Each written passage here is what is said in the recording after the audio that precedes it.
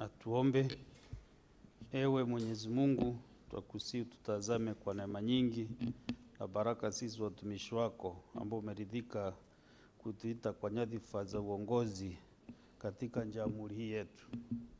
Twakuomba utujalie tuyatende na kufikiria mambo yote yatakayofikishwa mbele yetu kwa njia ya haki na uaminifu, ili kustawisha amani, ufanisi na heri ya nchi yetu na wale ambao haja zao umezikabidhi mikononi mwetu. Amina.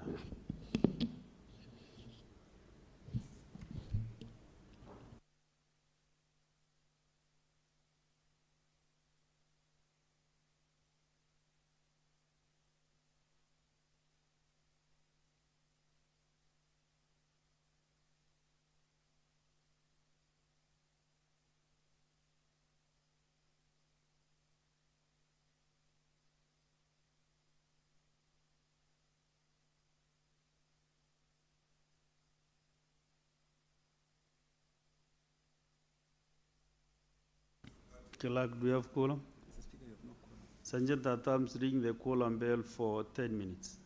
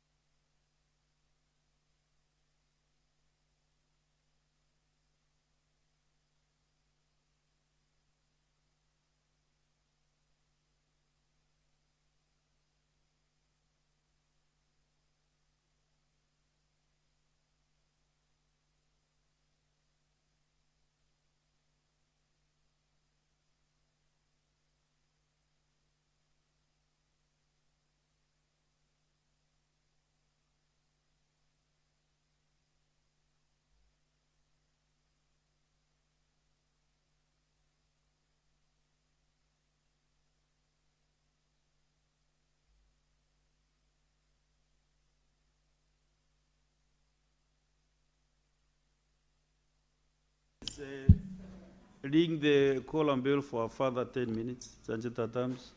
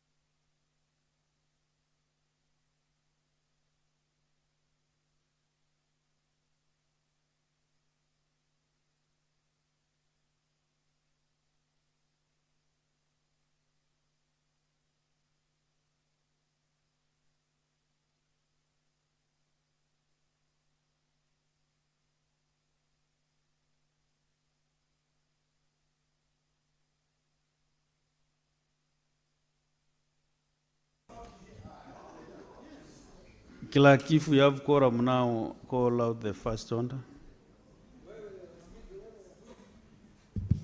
Order number 1, administration of oath. Next order. Order number 2, communication from the chair. Next order. Order number 3, messages. Next order. Order number 4, petitions.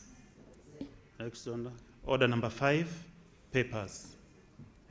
Majority Leader, you have a couple of papers to read this morning. Yes, my Deputy Majority Whip, proceed. Mr. Speaker, sir, I beg to lay the following papers on the table of the Senate today, the 18th February 2026, report of the Auditor General on the financial statements for the year ended 30 June 2024 of Kakamega County Revenue Agency Fund for 24 months period. Reports of the Auditor General on financial statements for the year ended 30 June 2025 of Ugunja Municipal Board, County Government of Siaya, Madiani Sub-County Level 4 Hospital, County Government of Siaya, Uyawi Sub-County Level 4 Hospital, County Government of Siaya,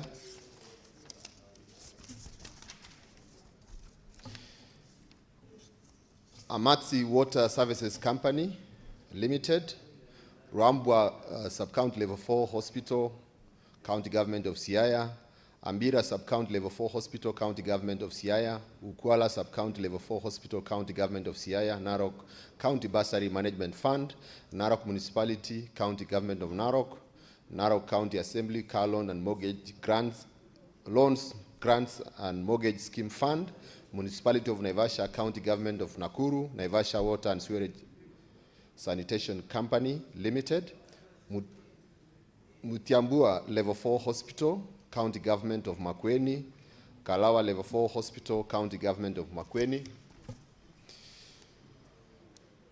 Kiambeke Sub-County Level 4 Hospital, County Government of Makwiny, Mukuyani Level 4 Hospital, County Government of Makwiny, Sultan Hamud Sub-County Level 4 Hospital, County Government of Makwiny, Makindu Level 4 Hospital, County Government of Makwiny, Emali Level 4 Hospital, County Government of Makwiny, Kilungu Level 4 Hospital, County Government of Makwiny, Kibwesi Sub-County Level 4 Hospital, County Government of Makwiny, reports of the Auditor General on the financial statements at Matiliku Level 4 Hospital, County Government of Makwiny,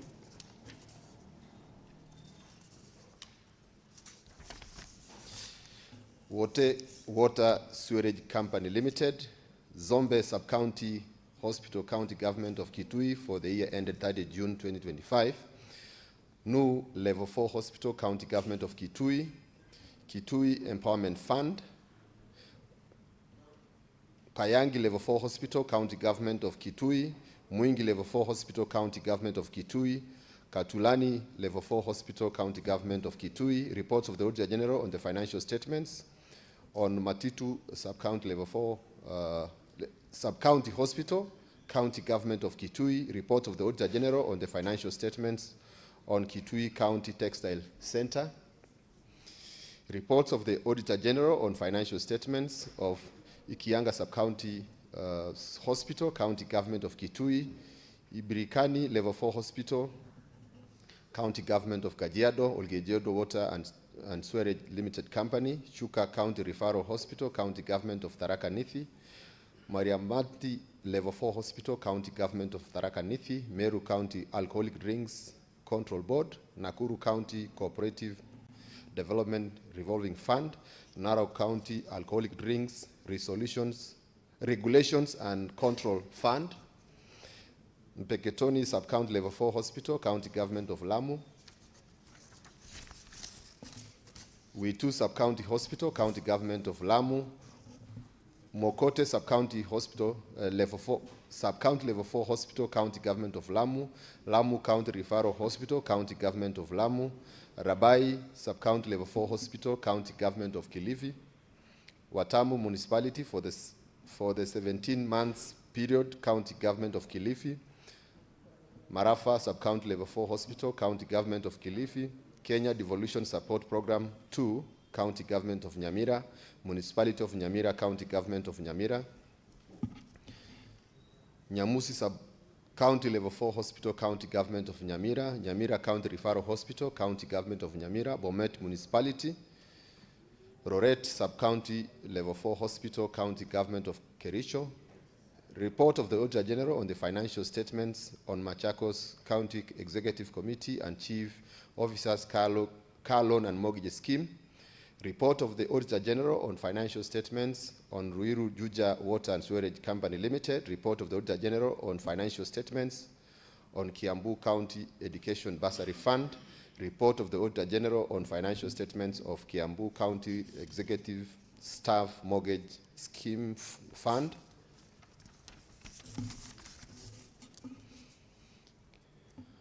Kiambu Water and Sewerage Company Limited, go to Agulu Sub-County Level 4 Hospital, County Government of Siaya, Sigomere Sub-County Level 4 Hospital, County Government of Siaya, Bondo Level 4 Hospital, County Government of Siaya,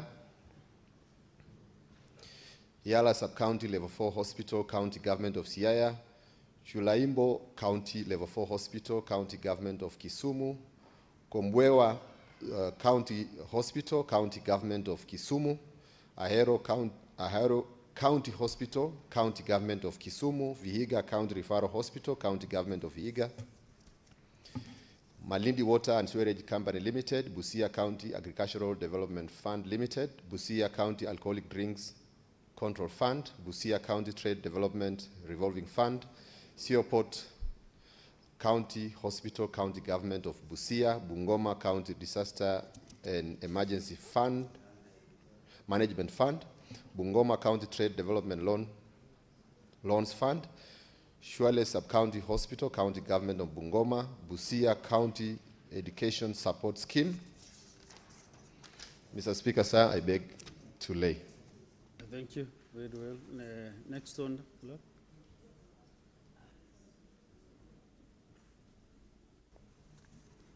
Order number 6, notices of motion. Next order.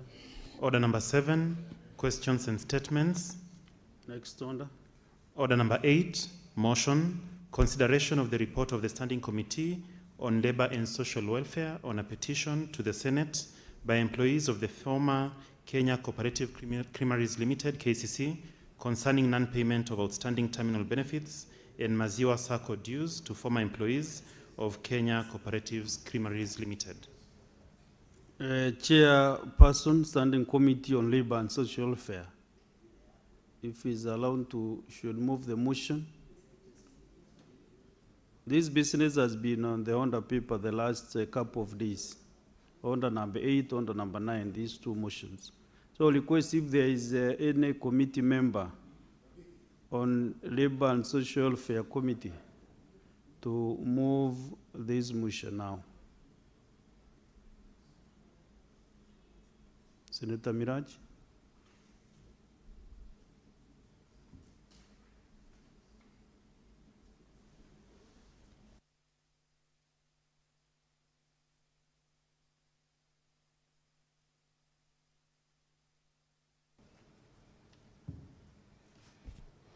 Mr. Speaker, sir, I beg to move the following motion: the consideration of the report of the Standing Committee on Labor and Social Welfare on a petition to the Senate by employees of the former Kenya Cooperative Creameries Limited, KCC, concerning non-payment of outstanding terminal benefits and Maziwa Sacco dues to former employees of Kenya Cooperative Creameries Limited. That the Senate adopts the report of the Standing Committee on Labor and Social Welfare on a petition to the Senate by employees of the former Kenya Cooperative Creameries Limited, KCC, concerning non-payment of outstanding terminal benefits and Maziwa Sacco dues to former employees of Kenya Cooperative Creameries Limited, laid on the table of the Senate Thursday, 27th November 2025. Mr. Speaker, sir, as we sat down as the Committee of Labor of this Honorable House of the Senate, we were made aware of these employees who were laid down, and the liability of their dues was said to have not been part of the new KCC. So we called the relevant departments, the Ministry of Trade, and the Attorney General, where we agreed that a judgment was put to place that these members were to be paid their dues in a certain number of days. So I call upon Senator Faki to second this motion. Thank you, Mr. Speaker, sir. Senator Mohamed Faki. Mheshimiwa Spika, asante kwa kunipa fursa hii, na Senator Miraji kwa hakika amenichukua kighafla kuunga mkono ripoti hii. Lakini Mheshimiwa Spika, nilikuwa mwanachama wa kamati ya leba mpaka mwaka jana nilipohamishwa kupelekwa katika kamati ya ardhi. Mheshimiwa Spika, masuala ya wafanyakazi wa KCC ni mambo ya kusikitisha, kwa sababu hawa ni wafanyakazi ambao walifanya kazi kwa muda wa miaka mingi na shirika la KCC. Baadaye shirika lilifilisika, na baada ya kufilisika serikali ikaanzisha shirika jipya la KCC ambalo mpaka sasa linaendelea kufanya kazi. Mheshimiwa Spika, jambo la kusikitisha pia ni kwamba rasilimali za KCC ndio rasilimali ambazo zilipelekwa katika shirika jipya la KCC, lakini malumbukizi ya mishahara na pesa ambazo walikuwa wamesave pamoja na pia pensheni zao hazikuweza kupelekwa katika shirika lile jipya. Kwa hiyo Mheshimiwa Spika, wale wafanyakazi wa zamani wa KCC waliachwa nje na wengi wako katika hali ya uchochole hivi sasa. Mheshimiwa Spika, ni kuwa hata zile rasilimali zao ambazo walikuwa wameweka kupitia kwa sako yao pia hazikuweza kulipwa, ambazo hizi ni pesa ambazo dhahiri shahiri kwa zilikuwa ni za wale wafanyakazi ambao walikuwa kwa wamefanya kazi na shirika la KCC. Mheshimiwa Spika, swala hili lilipelekwa kwa mkuu wa sheria. Swala hili vile vile pia lilifika mahakamani na mahakama ikasema kwamba wanastahili kulipwa zile pesa ambazo walikuwa wanadai kama mishahara, na vile vile ile pesa zao za pension na kumbukumbu nyingine ambazo walikuwa wanastahili kulipa. Kwa hiyo Mheshimiwa Spika, hawa wafanyakazi walipokuja mbele ya kamati, serikali walipewa fursa kuja kujitetea, na pia wao hawakutoa mwongozo wote, wakasema tu kwamba hakuna fedha ambazo ziko. Hivi sasa Mheshimiwa Spika, shirika la KCC ni katika mashirika ambayo yako mstari wa mbele kuwa binafsishwa, na serikali pia haijaona umuhimu ya kuwalipa wale wafanyakazi mishahara yao ambao walikuwa wameifanyia kazi kabla ya shirika kufilisika. Kwa hiyo Mheshimiwa Spika, mimi naunga mkono hii ripoti, na serikali katika mapendekezo Mheshimiwa Spika ipewe muda maalumu ya kuweza kuwalipa hawa malumbukizi ya mishahara yao, kwa sababu hakuna faida kwamba sasa shirika la KCC linafanya kazi, serikali imewekeza pesa nyingi, imenunua mitambo ya kisasa ya kuweza kuweka maziwa ili yasiharibike. Vile vile wametoa pesa nyingi za kuweza kulipa wakulima na wafugaji ili maziwa yaweze kupelekwa kwa wingi katika shirika la KCC, lakini kulipa wafanyakazi wao Mheshimiwa Spika imekuwa ni donda sugu kwa serikali. Kwa Mheshimiwa Spika, naunga mkono na serikali iwalipe kwa haraka hawa wafanyakazi wa zamani wa KCC. Mheshimiwa Spika, kiwanda kimoja cha KCC kiko Mombasa County katika eneo la Miritini karibu na station ya SGR, na ni masikitiko kwamba wale wafanyakazi wa zamani wengi tunawaona kule wanaishi katika hali ya uchochole, wakati serikali inaendelea kuweka pesa katika shirika hili la KCC, lakini hawako tayari kuwalipa wafanyakazi wao. Asante Mheshimiwa Spika kwa kunipa fursa hii. Naunga mkono. Now, sawa. So, honorable senators, I propose the question that the Senate endorse the report of the Standing Committee on Labor and Social Welfare on a petition to the Senate by employees of the former Kenya Cooperative Creameries Limited, KCC, concerning non-payment of outstanding terminal benefits and maziwa sacco dues to former employees of Kenya Cooperative Creameries Limited, laid on the table of the Senate on Thursday, 27th November 2025.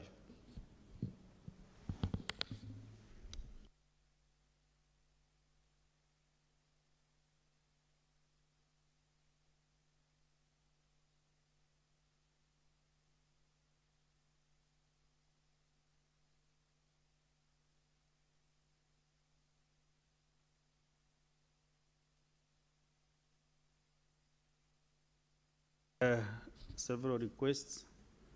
I open for a debate of this motion. Senator Modigi Alexander Munyi. Asante Bwana Spika kwa kunipa nafasi niweze kusangia mambo ya hii mjadala kuhusu watu wa KCC. Bwana Spika, nashukuru sana kwa kamati ya Lipa ambaye mimi ni mmoja wa hiyo kamati kwa ile kazi inaendelea kufanya. Bwana Spika, hawa wazee na kina mama ni wazee wa miaka mingi, na wakati wameteseka kwa miaka mingi waliona ni vizuri kuja kuangalia ili watafaidika katika kamati ya Senate. Bwana Spika, wakati walikuja ni wazee wengine wameseeka hata macho waoni vizuri, na wazee pia watu wengi waliaga katika dunia, watoto wao hawana chochote. Na tunajua Bwana Spika, wakati mtu amefutwa kazi akiwa anapata mshahara, familia yake inakaa vizuri. Bwana Spika, hii pesa haikuwa pesa nyingi, lakini Bwana Spika, wakati KCC iliuzwa ikapatiwa niyo KCC, hii pesa ya wazee hawakuweza kulipwa, na ni kitu ya huzuni sana kwa sababu wametembea, wamekimbia, wameenda mahakamani kona zote, lakini hawakuweza kupata pesa. Bwana Spika, Bwana Spika, sisi tukiwa kamati ya Lipa tuliona ni vizuri tukae chini na wizara zote ya Attorney General, Lipa, wizara ya fedha, ya cooperative, zote tukakaa chini tukasikia maoni. Bwana Spika, tukaangalia tukaona kuna watu wengi, sio KCC peke yake, wameteseka. Kama wase wameteseka, familia zao zimeisha, wengine wametoka katika ulimwenguni, tukasema tutaweza kutetea kuona vile hao wase Bwana Spika na kina mama watapata pesa hela zao, na tukaona ni vizuri tukasikia na tumepitisha waweze kulipwa pesa zao. Kwa sababu tulikuwa nasema hata kama hakukuwa na pesa, Bwana Spika, mtu akiwa na ndeni, hata kama ni nyumbani ama ni kwa kampuni, unaweza kukata shamba, ama kama uko na vitu siweze kuuzwa. Lakini tukaona hiyo hatutawasaidia, lakini vizuri wakati ya mwisho tumepitisha ukaa na treasury na wizara zote, tukaona waweze kutafuta kitu inaitwa dialogue, au waweze kupata pesa zao, na pia iwe funzo kwa wizara zingine zile zimekula pesa za watu wafanyikazi, ndio iwe funzo kwa zile wizara. Kwa hivyo Bwana Spika, sisi tumepitisha hao watu wakae chini na serikali na treasury, na pia na Attorney General, hao wazee na kina mama waweze kulipwa pesa zao. Na Bwana Spika, si pesa nyingi. Tumeona serikali ikipeana pesa hata ikisaidia. Kwa hivyo tunaomba vile hii kamati imepitisha, wizara ya fedha iweze kusaidia watu ndio waweze kupata pesa yao kabla hawajaondoka katika duniani hii. Na pia Bwana Spika, wale wengine walitoka katika ulimwenguni huu na duniani hii, familia zao siweze kupata haki, kwa sababu wengine wamevirishika, wengine wamepata shinda. Kwa hiyo Bwana Spika, nikiwa senator wa Embu County, mambo ya KCC iko katika kaunti kadhaa na iko na watu wengi. Kwa hiyo wase kwa sababu wanajulikana, Bwana Spika, naunga mkono waweze kulipwa pesa zao. Kwa hivyo mimi nikiwa senator wa Embu County naunga mkono watu waweze kulipwa pesa zao, na pia itakuwa ni funzo kwa watu wengine, kwa cooperative, kwa sako, kwa makampuni. Muwe mkiangalia mahesabu vizuri, ndio msiweze kuenda na pesa ya wafanyikazi. Kwa hivyo Bwana Speaker, naunga mkono nikiwa senator wa Embu County, Senator Alexander Munyi Mundigi Daktari. Asante Bwana Speaker. Senator Mwanzo Daniel. Yeah, thank you, Mr. Speaker. Mr. Speaker, I rise to support this motion and say that the benefit of working as a cooperative secretary in the Republic of Kenya in the Ministry of Cooperatives. And I want to say that KCC and the new KCC and even the SACCO, Maziwa SACCO, all of them fall under the Ministry of Cooperative, which has a very small budget every year. And I want to say that this matter is a very clear matter. Even when the old KCC was sold, the new KCC did not take the liabilities of the old KCC, but their liabilities were obvious and were stated before the sale. And therefore, just like many other institutions in the Republic, there is clear law on this. And although the matter had been to the courts, it is clear that finally the courts ruled in the favor of the claimants. And that once that decision has been made, the only other course of action is that there should be budget. You know, the Minister of Cooperative should now propose a budget to pay these people, not only the levy one, but the estates of the ones who are deceased, because that's part of the property of a deceased person. And therefore, it is important either the Ministry of Cooperatives or this House, during the budget proposal, that this particular budget be proposed, and especially from the Committee on Labor, so that it is a clear indication that this is something which should be budgeted. The Attorney General was part of this. The Attorney General, the Solicitor General should be executing this, so that the rights of these people can be taken care of. And this is not the only corporation which has been sold. Right now, KPC is on sale, and KPC has liabilities. It has employees. Now, the moment you get a new KPC, the new company, are you going to tell us now the same fate will befall the current employees of KPC and any other claimants, like the people of Thange River, who were poisoned by oil spillage in 2015?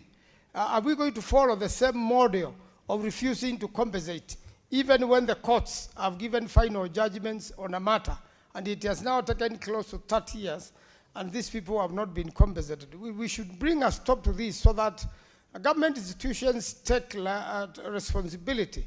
The moment the courts have ruled against them, and this parliament has pronounced itself, then let the matter go for budgeting, and the money is paid to the claimants. It's a rightful claim.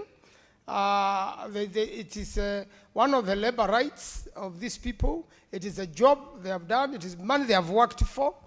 And they should be compensated, Mr. Speaker, so that we can live in a just nation. We want a nation of equal opportunities, a nation where every citizen is treated with fairness and feels that the country takes care of their needs, and that the law and the authority and the government does not just use its muscle against these poor people and stamp on them and make sure that their dues are not paid. There's no need to do nyota when you have young people, people born of these parents languishing in poverty. There is no need to pay money for all the people when you have people you would have compensated, and then you know, it's a contradiction. You should just compensate these people. You should compensate before you compensate the old people. So let there be a budget and let these monies be paid. Otherwise, there's no need to do all this program when you are sitting on the rights of other people. Let all Kenyans be equal. It is a way of making sure that wealth is done. Mr. Speaker, I am done.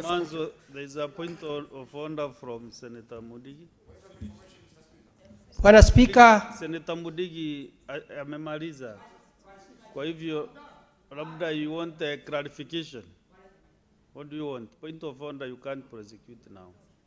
Maybe a point of clarification or something else. nataka nimuelezee kidogo tu Bwana Spika. Lakini hayuko kwa sakafu. Bwana Spika, ukinipatia ruhusa hapo amekaa chini. Nataka nimjibu ni clarification Bwana Spika. No, utaratibu uruhusu tena ufungue hilo jambo. Yeah, next is Senator Karungo Dhangwa Paul. Yes, Senator. Yes, just a minute, Senator Karungo Dhangwa. Mheshimiwa Spika, nataka kumuuliza Senator Manzo. Je, ni sawa kuwa na nyota bila ya mwezi? Iza vipi? Namuuliza, amezungumzia mambo ya nyota. Namuuliza, je, unaweza kuzungumzia nyota bila ya mwezi? Senator Manzo.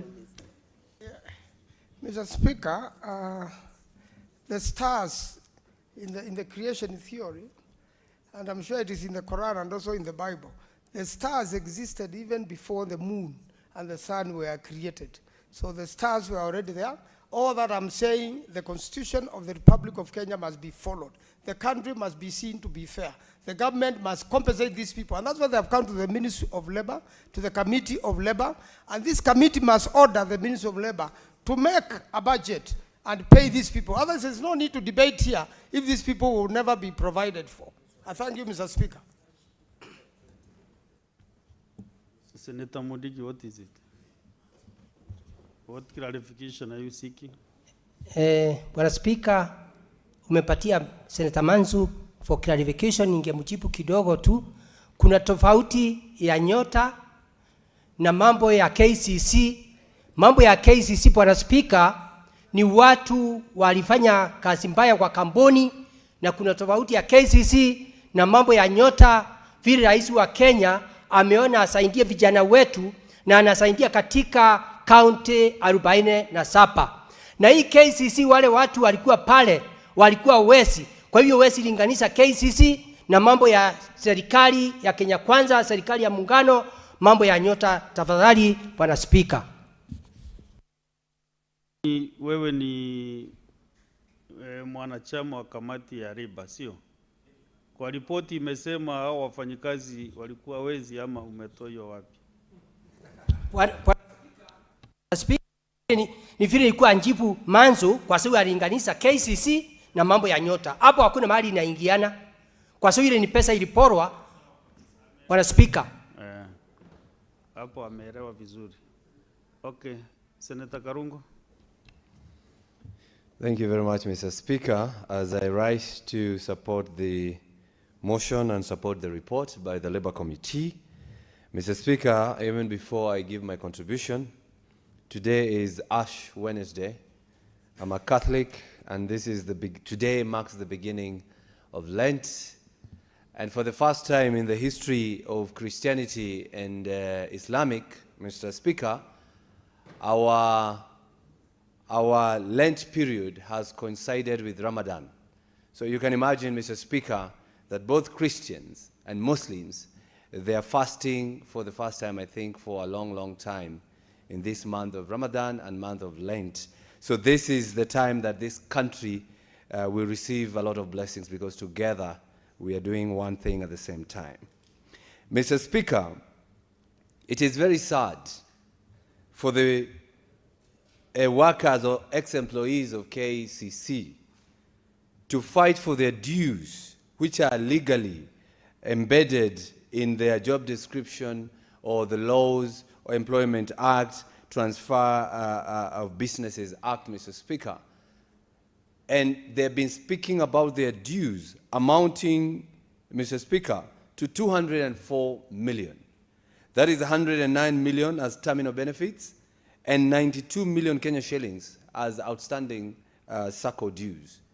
Mr. Speaker, these people are asking for what is rightly theirs. They were paid by KCC, then they contributed that amount to a SACCO that is called Maziwa SACCO. They never got their dues. So you can imagine they have lost what they had earned, and of course they also are losing the terminal benefits, Mr. Speaker. Mr. Speaker, this is an easy exercise, but you can see it is going round and round. I believe the amount of money that has been used to litigate, to look for solution, is more than what these people are claiming, Mr. Speaker. Because they have gone to court, the labor court, of course, ruled in their favor, and they said they should pay it. New KCC went back to court, and the Court of Appeal overruled the previous ruling by the court of the labor court, Mr. Speaker. But the appeal court said that they should be compensated. They even told the Attorney General, Mr. Speaker, that he should come up with a process or a system or a way of making sure that those who are owed by KCC must be paid, Mr. Speaker. You can see this issue is involving so many ministries, Mr. Speaker. The Ministry of Labor and Social Protection, the Ministry of Cooperatives and SMEs, the National Treasury, the new KCC itself, the Attorney General, and now we are here at the Senate speaking about the same issue, Mr. Speaker. And if you look, if I can be able to open from this system, Mr. Speaker, if you look at the recommendation by the committee, Mr. Speaker, I'm looking for it so that I can read it. You know, we have a new system here, Mr. Speaker, which is giving us this kind of reports as we progress. Mr. Speaker, it's saying that the Ministry of Labor should invoke the processes of having interministerial meetings, Mr. Speaker, so that these people can be paid. It has also said that EACC should investigate the former directors of KCC, and especially for them to explain how they used the loan of about 400 million Kenyan shillings, Mr. Speaker. And this is a reminder to every Kenyan, and especially those who are being nominated by the president at the moment, right, left, and center, Mr. Speaker, that you might think you're on the president's side, but when the time catch up with you, Mr. Speaker, the law will come after you, Mr. Speaker, because you see the committee already has said that those directors should be investigated. Some of them are old, some of them died long time ago, Mr. Speaker, but can you imagine having worked as a director at KCC and 70, 30, 40 or 20 years later, the government is coming after you, Mr. Speaker. So this is a wake-up call that anybody who is working for any Kenyan parastatal, any government parastatal, that a time will come that you'll have to stand and answer questions. It doesn't matter whether the president is your friend or the current government is your friend. One day you will stand and explain what you did when you are serving in a certain position, Mr. Speaker.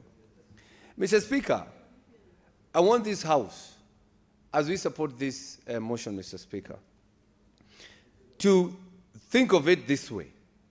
Imagine waking up, getting a job, and working for so many years in a government parastatal. Then after you do that, Mr. Speaker, you leave the work, or you retire, or there is restructuring, or the company that you have been working for, the parastatal you have been working for, has been merged or has been dissolved, and then you go home, Mr. Speaker, without anything. Not your benefits, not the money you contributed to a SACCO that was supposed to assist you, Mr. Speaker. Because, Mr. Speaker, it's only in Kenya where workers and employees retire from work, but their pension or their dues refuse to retire, Mr. Speaker.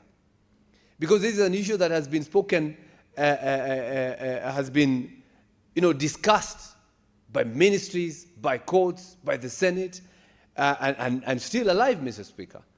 The employees, those who are asking for the Senate through the petition to at least try to help them, Mr. Speaker, most of them died, Mr. Speaker. Their children suffered. Maybe they never went to good schools, Mr. Speaker. And here we are. But, Mr. Speaker, as we ask for them to be paid, as we ask for them to get their dues, we should also look into it that, Mr. Speaker, that we don't lose public funds. Because sometimes some people might say we act for KCC, probably they never worked, or others want to make money from this issue, Mr. Speaker. But I can tell you, owing to the fact that I know how this government works, these dues are legitimate, Mr. Speaker. Because if there is anything for the government to eat, they could have paid them, Mr. Speaker. If the government was making money from these people, they could have paid them. But because the government, or those who are in government, or this regime is unable to milk anything from these dues, that's why they're delaying it, Mr. Speaker. They should pay them today. And I concur with Senator Maanzo that the Treasury should come up with a one-time fund, remittance fund, Mr. Speaker, so that they can pay them. And we should not wait, Mr. Speaker. We should not wait. We should be given timelines when they're supposed to pay them, Mr. Speaker. Because it is very sad. And this is a wake-up call to this House, that we should look, as a recommendation by the committee, that we should look into the Transfer of Businesses Act, Mr. Speaker.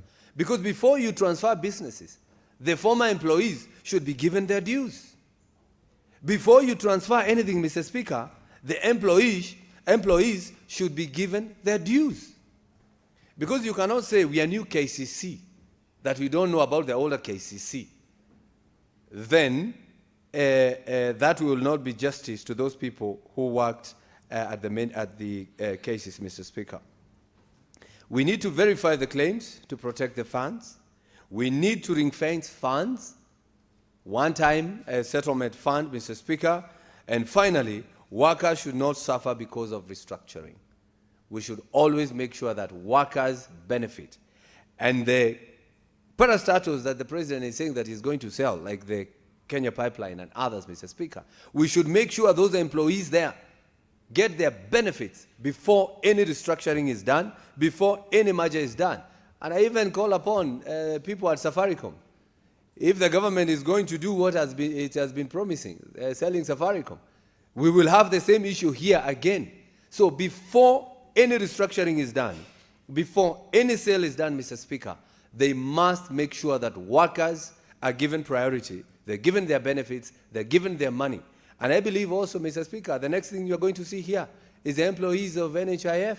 Because when the SHA came, there was restructuring. And they're also complaining behind closed doors, Mr. Speaker. So very soon they will come here. So I think it is good for us as a Senate to look into those acts, that is the Employees Act, Employment Act, and the Transfer of Business Act, Mr. Speaker. I support the motion. Next is Senator Wabua Enoch, Deputy Minority Leader. I thank you, Mr. Speaker, for this opportunity to also make my comments in regard to the motion before us. Mr. Speaker, I will begin by wishing our Catholic brothers and sisters and the Catholic faithful happy Ash Wednesday at the beginning of the month of Lent. To the Catholics in Kitui County, led by our Bishop Joseph Mongela, and indeed the Catholics in the country, I wish them happy Ash Wednesday and prosperity in the month of Lent. And at the same time also wish our brothers and sisters, the Muslim community, happy Ramadan. Mr. Speaker, having said that, I want to say a few things about the motion before us. I've had the opportunity, the Speaker, to look at the report by the committee. And the Speaker, we must all be taken aback that 20 years down the line, we have former employees of an institution known by law and running legally that have been denied access to their own benefits and their own dues, Mr. Speaker. Mr. Speaker, some of these things can only happen in Kenya, honestly, where people put in their labor, people are deducted money from their salaries for their final benefits, including deductions to the SACCO, and somebody just wakes up and says, we don't know who you are and we cannot pay you. Mr. Speaker, it's a contradiction that we are all thinking and working very hard to move this nation to a middle-income economy. I don't want to talk about where we are being told we will go, but Mr. Speaker, how do we get to middle-income level when we cannot even do the basics of respecting people's rights and paying people what is due to them?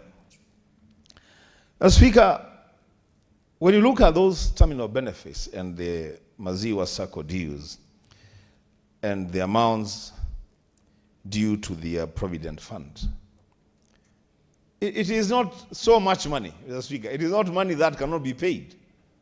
As Senator Thangwa said, the terminal benefits is just 109 million Kenya shillings. Maziwa SACCO dues is 92 million. The money owed to the Provident Fund is 2 million Kenya shillings. The Speaker, surely if there was goodwill on the part of government, on the part of the new KCC, these are dues that are payable. The Speaker, I want to imagine what these former employees of KCC are going through.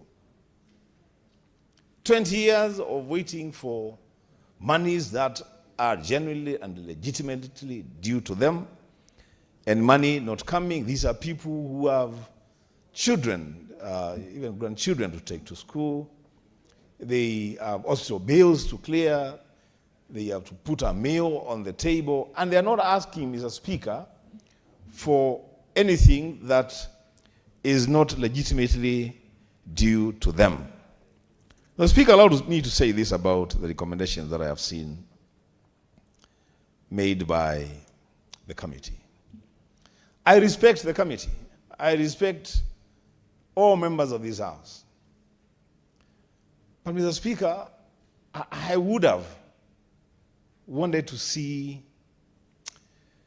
stronger recommendations by the committee, especially on matters relating to the prayer by the petitioners. Because you see, the committee has been sucked into generalities and made recommendations about the future, what needs to happen in the future to prevent a situation where an occurrence like this one comes back. Mr. Speaker, I've seen that the committee has recommended certain changes or amendments to two specific laws, the Employment Act and the Transfer of Business Act. That is okay, Mr. Speaker. That is good for the future.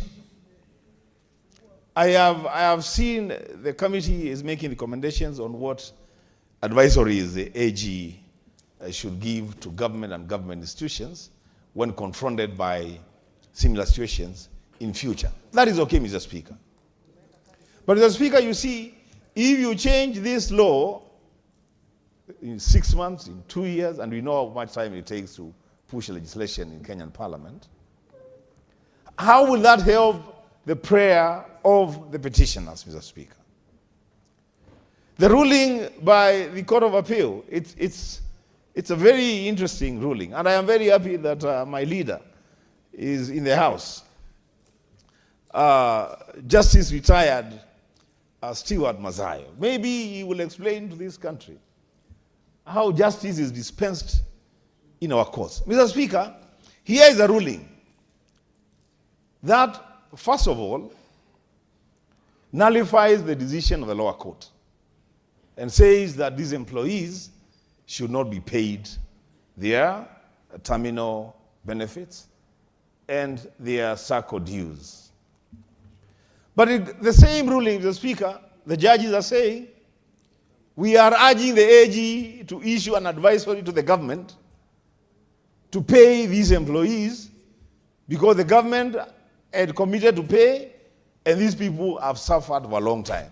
Mr. Speaker, if the judges made a determination that these people have suffered for a long time and that they should be paid, why not just issue a ruling and say, uphold the decision of the lower court and get these people to be paid their money, Mr. Speaker?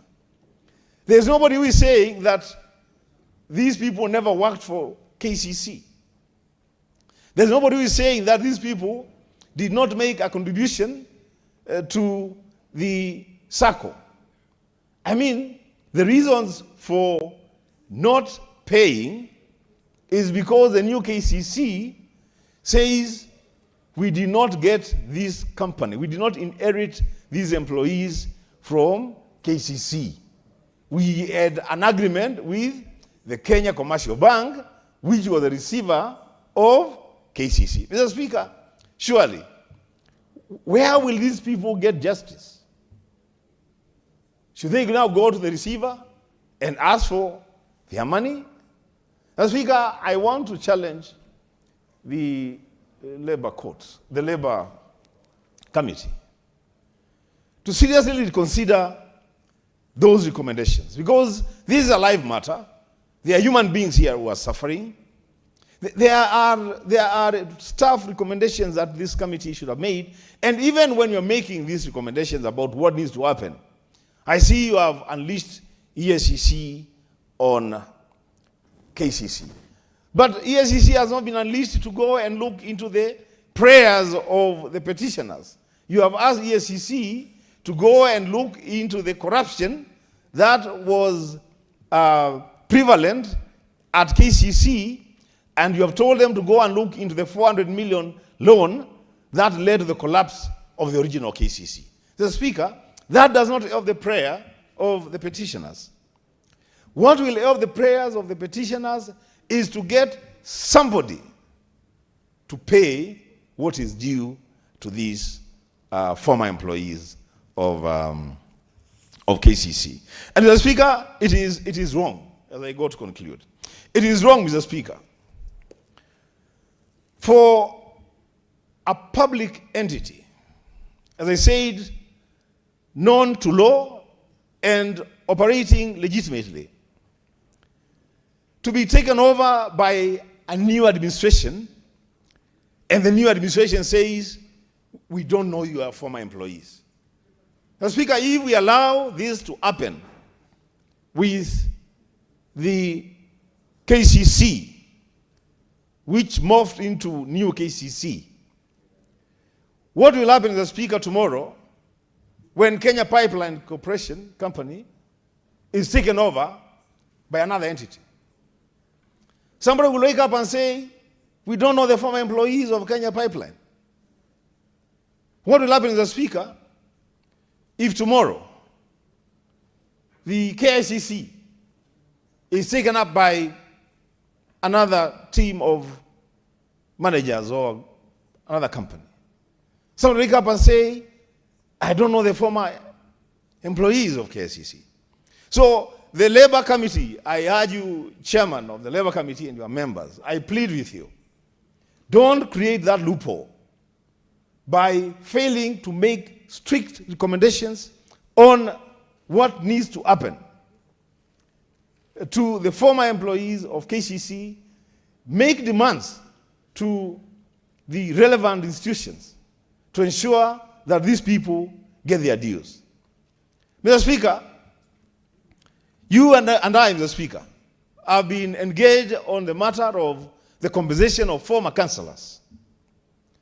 And it's very unfortunate, Mr. Speaker, that even our former colleague, the CS Treasury, when he was a member of the National Assembly, he made at least 2 attempts to push for the compensation of former councillors. And when he was elevated to the level of CS Treasury, you and I were very happy, Mr. Speaker. I remember we were having tea at the lounge and we were very happy. We were saying now our councillors will finally be paid. Because the man that we were fighting with to ensure that these former councillors are paid is now the man in charge. The man who was making prayers to the Treasury to pay the former councillors is now the man who has the final word say on the payment of the former councillors. The Speaker, to our dismay, that man has completely refused to pay former councillors. And here, Mr. Speaker, there is a resolution of this House that, Mr. Speaker, says they should be given a one-off honorarium. They should be supported for their medical schemes. Mr. Speaker, this country, we must begin to operate like human beings who care about other people. It cannot just be about us. It must also be about other people. Mr. Speaker, with those remarks, I support the motion, but I would ask the Labour Committee to really relook at those recommendations and make sure that these people get justice. I thank you, Mr. Speaker. And now the chairman of the Labour Committee is in the House. I hope you are following up a debate from the senators and also taking notes. Next is Senator Medu John.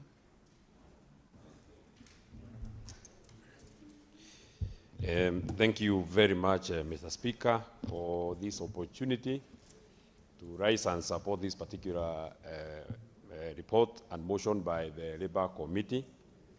And please allow me, Mr. Speaker, to join my colleagues in wishing the Catholics a happy Ash Wednesday as they start their Lent season. I'm not so sure, but I think Ramadan is also has also started or is starting, so I also wish our brothers a happy Ramadan. Mr. Speaker, sir, I am half-hearted, just like Senator Wambua.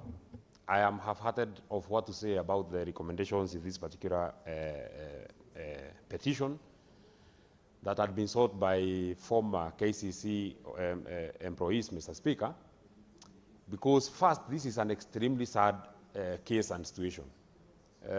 It is, and I want to correct Senator Wambua, who actually said that the wait was a 20-year wait. It's actually not a 20-year wait. This is the 22nd year since KCC was transferred, or the assets of KCC were transferred to the new KCC, Mr. Speaker. And looking at the recommendations that have been made by the Labour Committee, with tremendous respect to the chair, the committee members, and every senator who is in this House, Mr. Speaker, I actually feel that the prayers that have been sought by the petitioners have honestly not been addressed by the recommendations that have been made by the committee. They have made 4 recommendations, Mr. Speaker, and the only one which actually attempts to resolve and answer the prayer is recommendation A, and I'll read, Mr. Speaker. The Cabinet Secretary, Ministry of Cooperative and Micro, Small and Medium Enterprises Development fast-tracks the workings of the Interministerial Committee to validate the claims and develop a concrete time-bound settlement plan for the former KCC employees and provide monthly reports to the committee until the matter is resolved. Mr. Speaker, this just looks like the recommendations that were made by the Court of Appeal when they were overturning the decision of the lower court, the Labour Committee, Mr. Speaker, that had actually granted the prayers of the petitioners to, Mr. Speaker, pay the dues that were owed, or rather that are owed to the former employees of the KCC, Mr. Speaker. In the recommendations that were made by the Court of Appeal was that the Attorney General should, and I don't know, Mr. Speaker, the consultations here are quite loud. I know Majority Whip, you are really intercepting the thinking of the Honorable Senator for Nyandaro. His flow of mind is not commensurate to what he is trying to put on paper. Yeah, and I know, Mr. Speaker, Senator Legwe is my neighbor and my leader. And I always tell him that if he disrupts me here, if I close the road to Olkalau, Senator Lelegwe cannot get to Samburu. He has only one route to go to Samburu, so he must align. So, Mr. Speaker, as I was actually, yeah, and he doesn't like flying, so he has no route of going to Samburu if I close the road through Olkalau. So, Mr. Speaker, as I was actually saying, the recommendations of the Court of Appeal were that the Senator Medo, kindly request the 3 senators who are actually between me and you contributing should take their seats. Senator Lelegwe, kindly. The clerks will sort your issue. Senator Lelegwe. Amom was now saying also the Director Rugo is out of order. Senator Lelegwe, please have your seat. Senator Medu. And I don't know, the Speaker, whether it is correct. Okay, let me say it as a point of information. He actually doesn't like not being referred to minus his title. He's Senator Dr. Lelegwe. Yeah, so he tells me to keep calling him Doctor. Mr. Speaker, the recommendations of the Court of Appeal, and I'm looking for them on this report because they have been made here, were that the Attorney General ought to advise the government to honor its word and pay the former employees who have suffered for a long time. Mr. Speaker, I'm actually very surprised that these 3 judge bench actually observed that these workers have suffered for a long time. But they went ahead and just make a recommendation. This recommendation was not binding. And I understand where Senator Murgo and his committee were actually getting a handicap, because you are overturning this decision, but you're not offering solution. This decision was made in 2018. The decision of the Court of Appeal was actually arrived at in 2018. That is now a total of 8 years to this minute, and nothing has actually happened, because had these people been paid, as was the recommendation, and you know, Mr. Speaker, people go to court to get a determination. And when we get this kind of recommendation, Mr. Speaker, they are ambiguous, and they cannot be effected, Mr. Speaker. And we are staring at an extremely precarious situation, Mr. Speaker, by the mere fact, Mr. Speaker, that since this particular regime came into power, you know, the issue of privatization is actually a live matter. There is even a privatization, either a privatization committee or privatization commission. I'm not sure, but I think there is one. Yeah, it's a privatization commission that is supposed to look at the government parastatals that can actually be privatized. And so therefore, we are staring at a situation where workers who have actually served and worked, deductions have been made on their salaries. They have made contributions to their circles, Mr. Speaker. Just assume that, for example, KICC is being privatized, is being given to a new proprietor, Mr. Speaker, and the new proprietor would just take all the other obligations apart from these dues that are owed by the workers, Mr. Speaker, and their personal contributions, Mr. Speaker. Because when new KCC was formed from the receivership that was under KCB, Mr. Speaker, they were able to pay the farmers. They paid all the other monies that were owed to the banks, Mr. Speaker. They paid all the other suppliers. The only people who are not paid, Mr. Speaker, are their former employees, Mr. Speaker, which is an extremely sad situation, Mr. Speaker, that they have had to wait for 22 years, Mr. Speaker. As I come to winding up, Mr. Speaker, let me also mention, I have seen, and I was just thinking in my mind, recommendation number 4, Senator Murgo and your committee. I have seen that recommendation number 4 is that the Ethics and Anti-Corruption Commission and the Directorate of Criminal Investigation, within 6 months of tabling of this report, investigates mismanagement and fund misappropriation by former KCC directors, particularly the 400 million loan that caused the company's collapse. Mr. Speaker, that recommendation on the face of it looks very flowery. But I'm wondering how that recommendation can actually be implemented, Mr. Speaker. I don't even know, because 2004 is not the other day. I actually just remembered that I think 2004 I must have been a class 5 boy. So I'm wondering, Mr. Speaker, 22 years later after the committing of this crime is when we are asking EACC to investigate, Mr. Speaker. Are these people actually even alive? Are these directors who are directors of new KCC 2004 actually alive so that we can investigate them, Mr. Speaker? Is this money that, is this a recommendation actually that can be effected? How come, Mr. Speaker, a crime was committed 22 years ago and not even the labor court where the employees first went to in 2013, not even the Court of Appeal made this recommendation. This recommendation is being made at the Senate in, I think today is the 18th, on the 19th of February 2026, Mr. Speaker.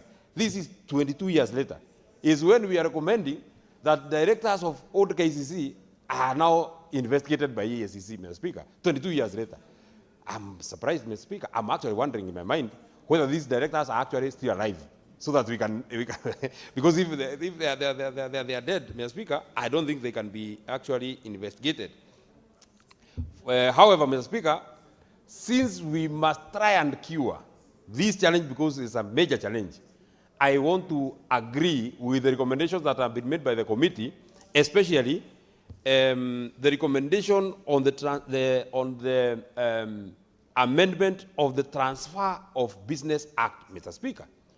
This must be something that we must consider because we are the people who have been tasked with the responsibility of ensuring that we make our laws better. That is our work, Mr. Speaker. Every day we come here, Mr. Speaker, is to make the lives of the people of Kenya better, Mr. Speaker.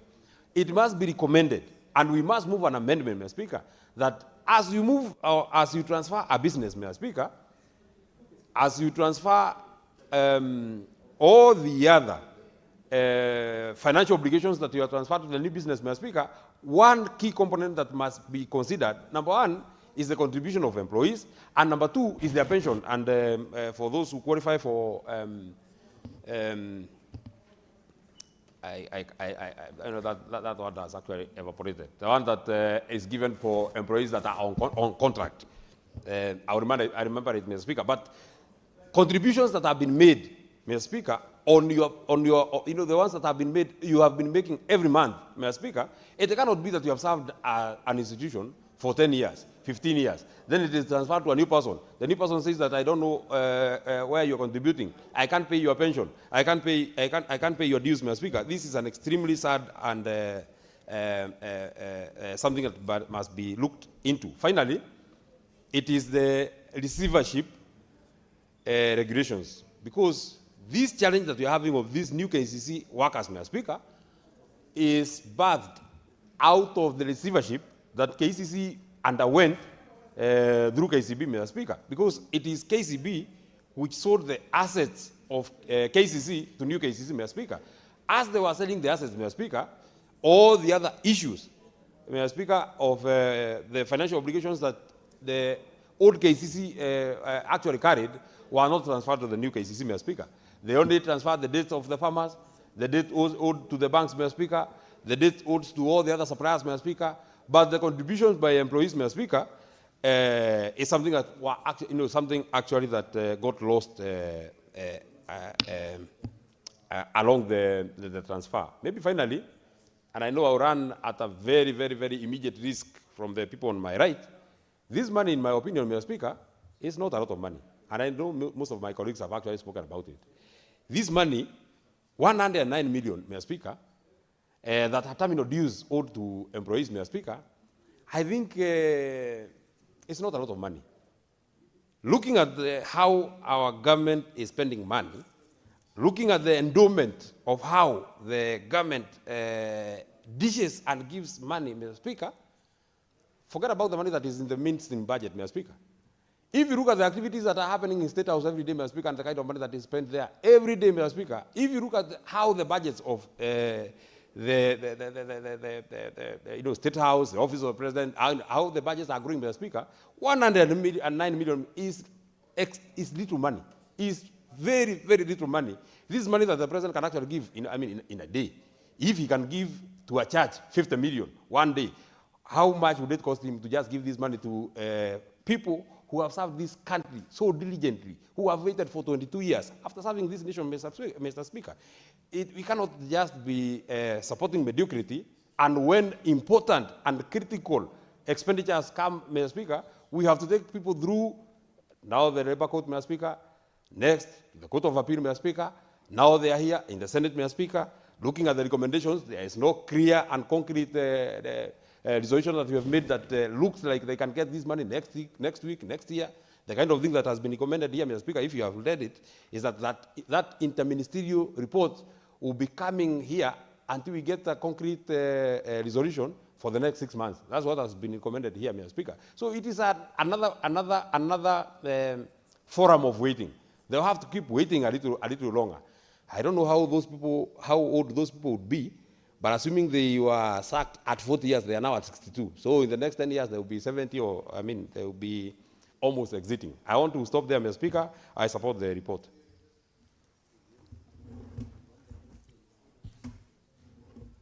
Honorable Senators, you know, I've listened keenly to members contributing to this motion, and it looks like members are not happy with the recommendations. So, you know, this motion is a property of the House, of the Senate. So instead of still lamenting and being so unhelpful to yourself and to these workers, KCC workers, still you can recommend, and the committee will be agreeable to the recommendations, as long as they sit well with also the deliberations. Can still recommend, give further recommendations, because that is why we are here. Not to lament, not to cry, not to weep, but to give solutions to Kenyans. So the chairman is here, he is also recording your recommendations. You can still further go and do more recommendations which are acceptable to the House. So next is Senator Gicheru Endi.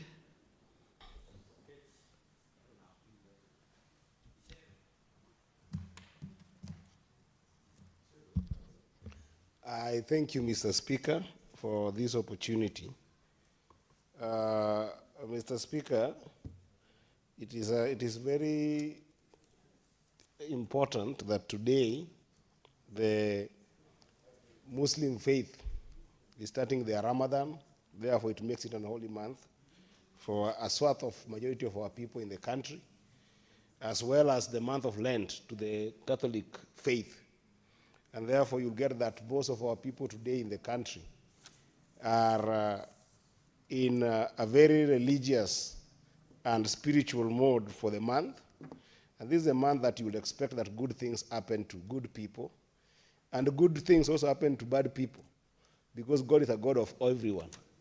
And I want to wish the Christians who are of Catholic faith the very best of this month, as well as my brothers in the Islamic faith, the very best in this Ramadan, as they say, Ramadan Kareem. Mr. Speaker, in the spirit of that, it is extremely sad, Mr. Speaker, that employees of former KCC, that worked up to 1997 to date have not been paid their dues. Mr. Speaker, between 1997 when KICC became defunct and then we add this new KCC, Mr. Speaker, you will get that between that 1997 and now, many things have happened in this country. We have gone, in 1997 we had a general election, we had a different president at that time. That president, God rest his soul in his peace, has since died. In 2002, we had another president, President Kibaki, who served this country, and God rest his soul in peace, he has since died. In 2007, we had Kibaki, and then we have had President Uhuru Kenyatta, who has served and left, and now we've got President Ruto. In all those regimes, no regime ever thought about dealing with this issue.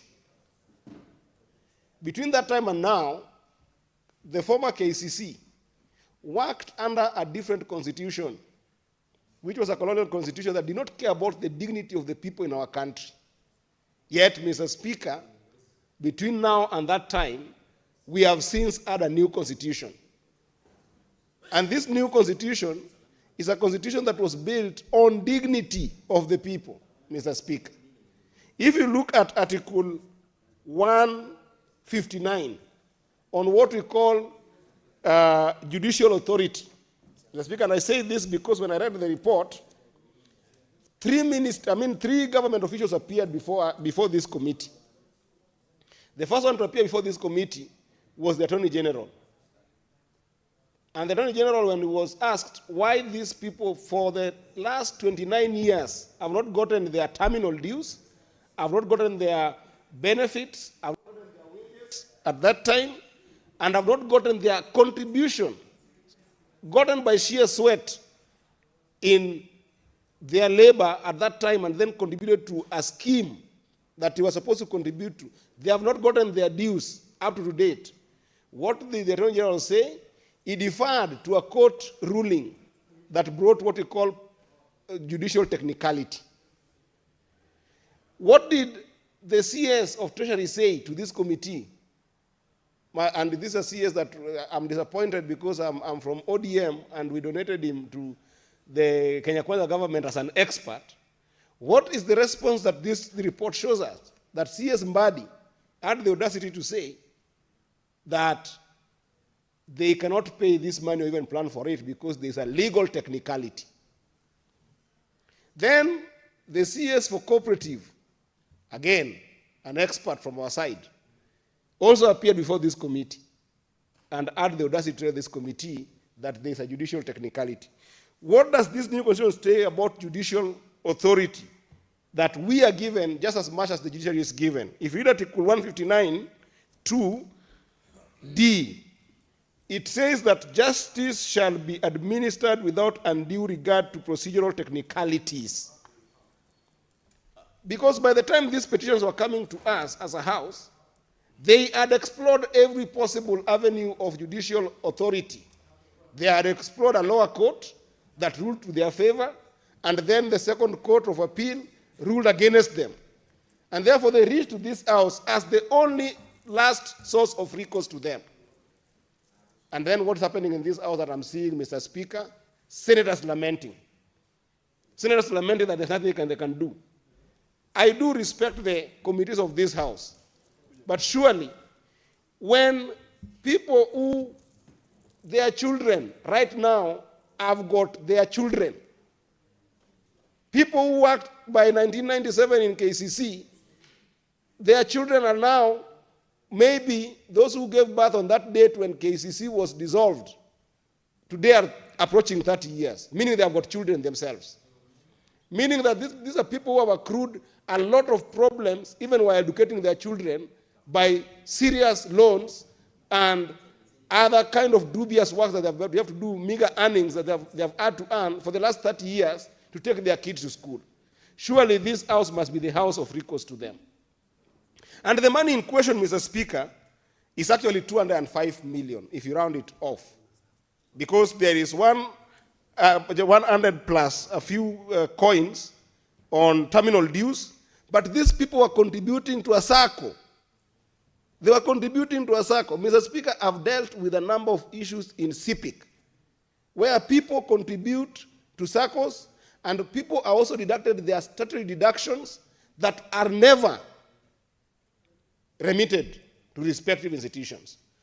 This brings me to saying that while the petition number 1299 of 2013 was a civil petition, and I agree with what Justice Wasilwa did pronounce himself on this labor court and saying that these people must be paid on that petition that was put together by John Barry. Between 2013 and 2018, when the civil appeal 191 of the Court of Appeal squashed the ruling of Justice Wasilwa, that is a whooping 5 years. that the new KCC did not take action on the recommendation of the court by Justice Wasilwa. What is that in law? It's criminal. It's court contempt. So the first thing I was expecting the committee to do is to interrogate what happened in those years. Why didn't KCC, the new KCC, take action on the court decision by Justice Wasilwa? What were they hiding? And those people who were at that time the administrators of this institution must appear before this house and explain to this house why didn't they pay for those 5 years a court ruling that was clear about paying those people who were supposed to be paid. That's the first question. The second question that I was expecting in the recommendation on this issue, Mr. Speaker, if I've contributed to a SACCO, I've put my money, I'm a member of a SACCO today, I'm a member of PACOSO here, I contribute religiously to this SACCO. I know that I might not withdraw all my monies and I know I'm entitled to a number of things. But if this SACCO should come to me and tell me that they are closing the SACCO, there's no money in that SACCO, there's somebody who was administering my money in that SACCO. If they don't have my money, then they must tell me where that money has gone to. If it has been stolen, I must be told that it has been stolen. So that, again, is a criminal offense, in my view, that must be treated as such. And this house must be able to invite those people on a criminal matter. They took the money of these employees in the Maziwa SACCO because they are contributions. The third issue, Mr. Speaker, is the issue... Senator Eddie. Yes. Do you wish to be informed by Senator of Kitui? The Senator of Kitui can always inform me because he's my leader in the House. I still respect him as my leader in the House. Very the well. only thing I'm not so sure whether he was working for KCC, but he should inform us at that time also whether he was around.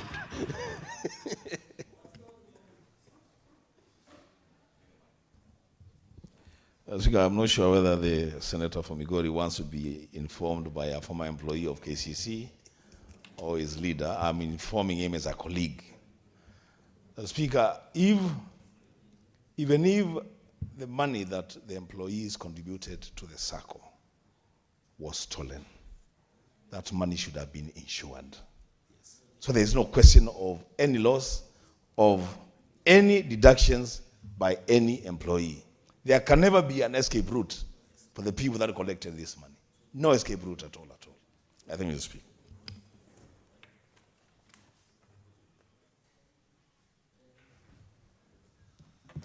Mr. Speaker, this is why I'm telling you that I like it when my leaders inform me, because their wisdom surpass some of us who just came to this house recently. You know, he's a ranking member and he's going to be a governor in Kitui. And I think that information is in order, Mr. Speaker, that there should have been all possible ways put to make sure that those contributions are safe. I think that's the point that my senior is sharing here. And I think it is in order, that information is in order, because, Mr. Speaker, if you read Article 41 of the Constitution, under labor relations, it says every person has the right to fair labor practices.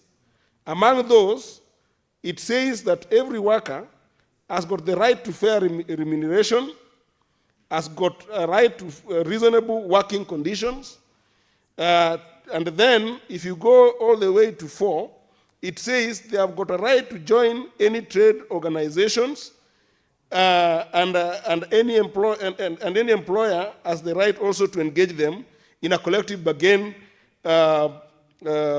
agreement, as well as to determine its own administration and programs and activities, and to organize and to form and to join any federation. So the employers at that time had all the power to make sure that those contributions could actually be protected through an insurance scheme.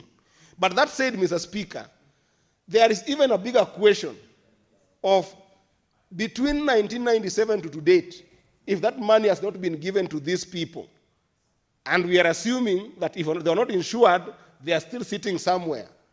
Mr. Speaker, it goes without saying that they are accruing interest. even if it is interest in the best in the best interest of the company or to the employees, these monies must be availed. So, Mr. Speaker, there is an issue here that is very silent, despite the fact that I respect the orders of the court, and the court sometimes does rule according to whichever filing that is given to them. For instance, in the petition number 199 of 2018, the Court of Appeal took this as a civil matter. But, Mr. Speaker, I see a lot of criminality here. There's a lot of criminality in this matter that I wish that the committee should handle as such. Make criminal recommendations. I know there is one that you've recommended that perhaps DCI or EACC should take the matter and investigate further. But where you want to go and investigate this thing further, the people who are affected are still suffering. If for 30 years they have not gotten any recourse, even in court, how do we as a house wash our hands and say, let the DCI or EACC further interrogate this matter? Mr. Speaker, we have got all the instruments of law to be able to bring this issue to conclusion and be able to compel those who are responsible to actually pay these people.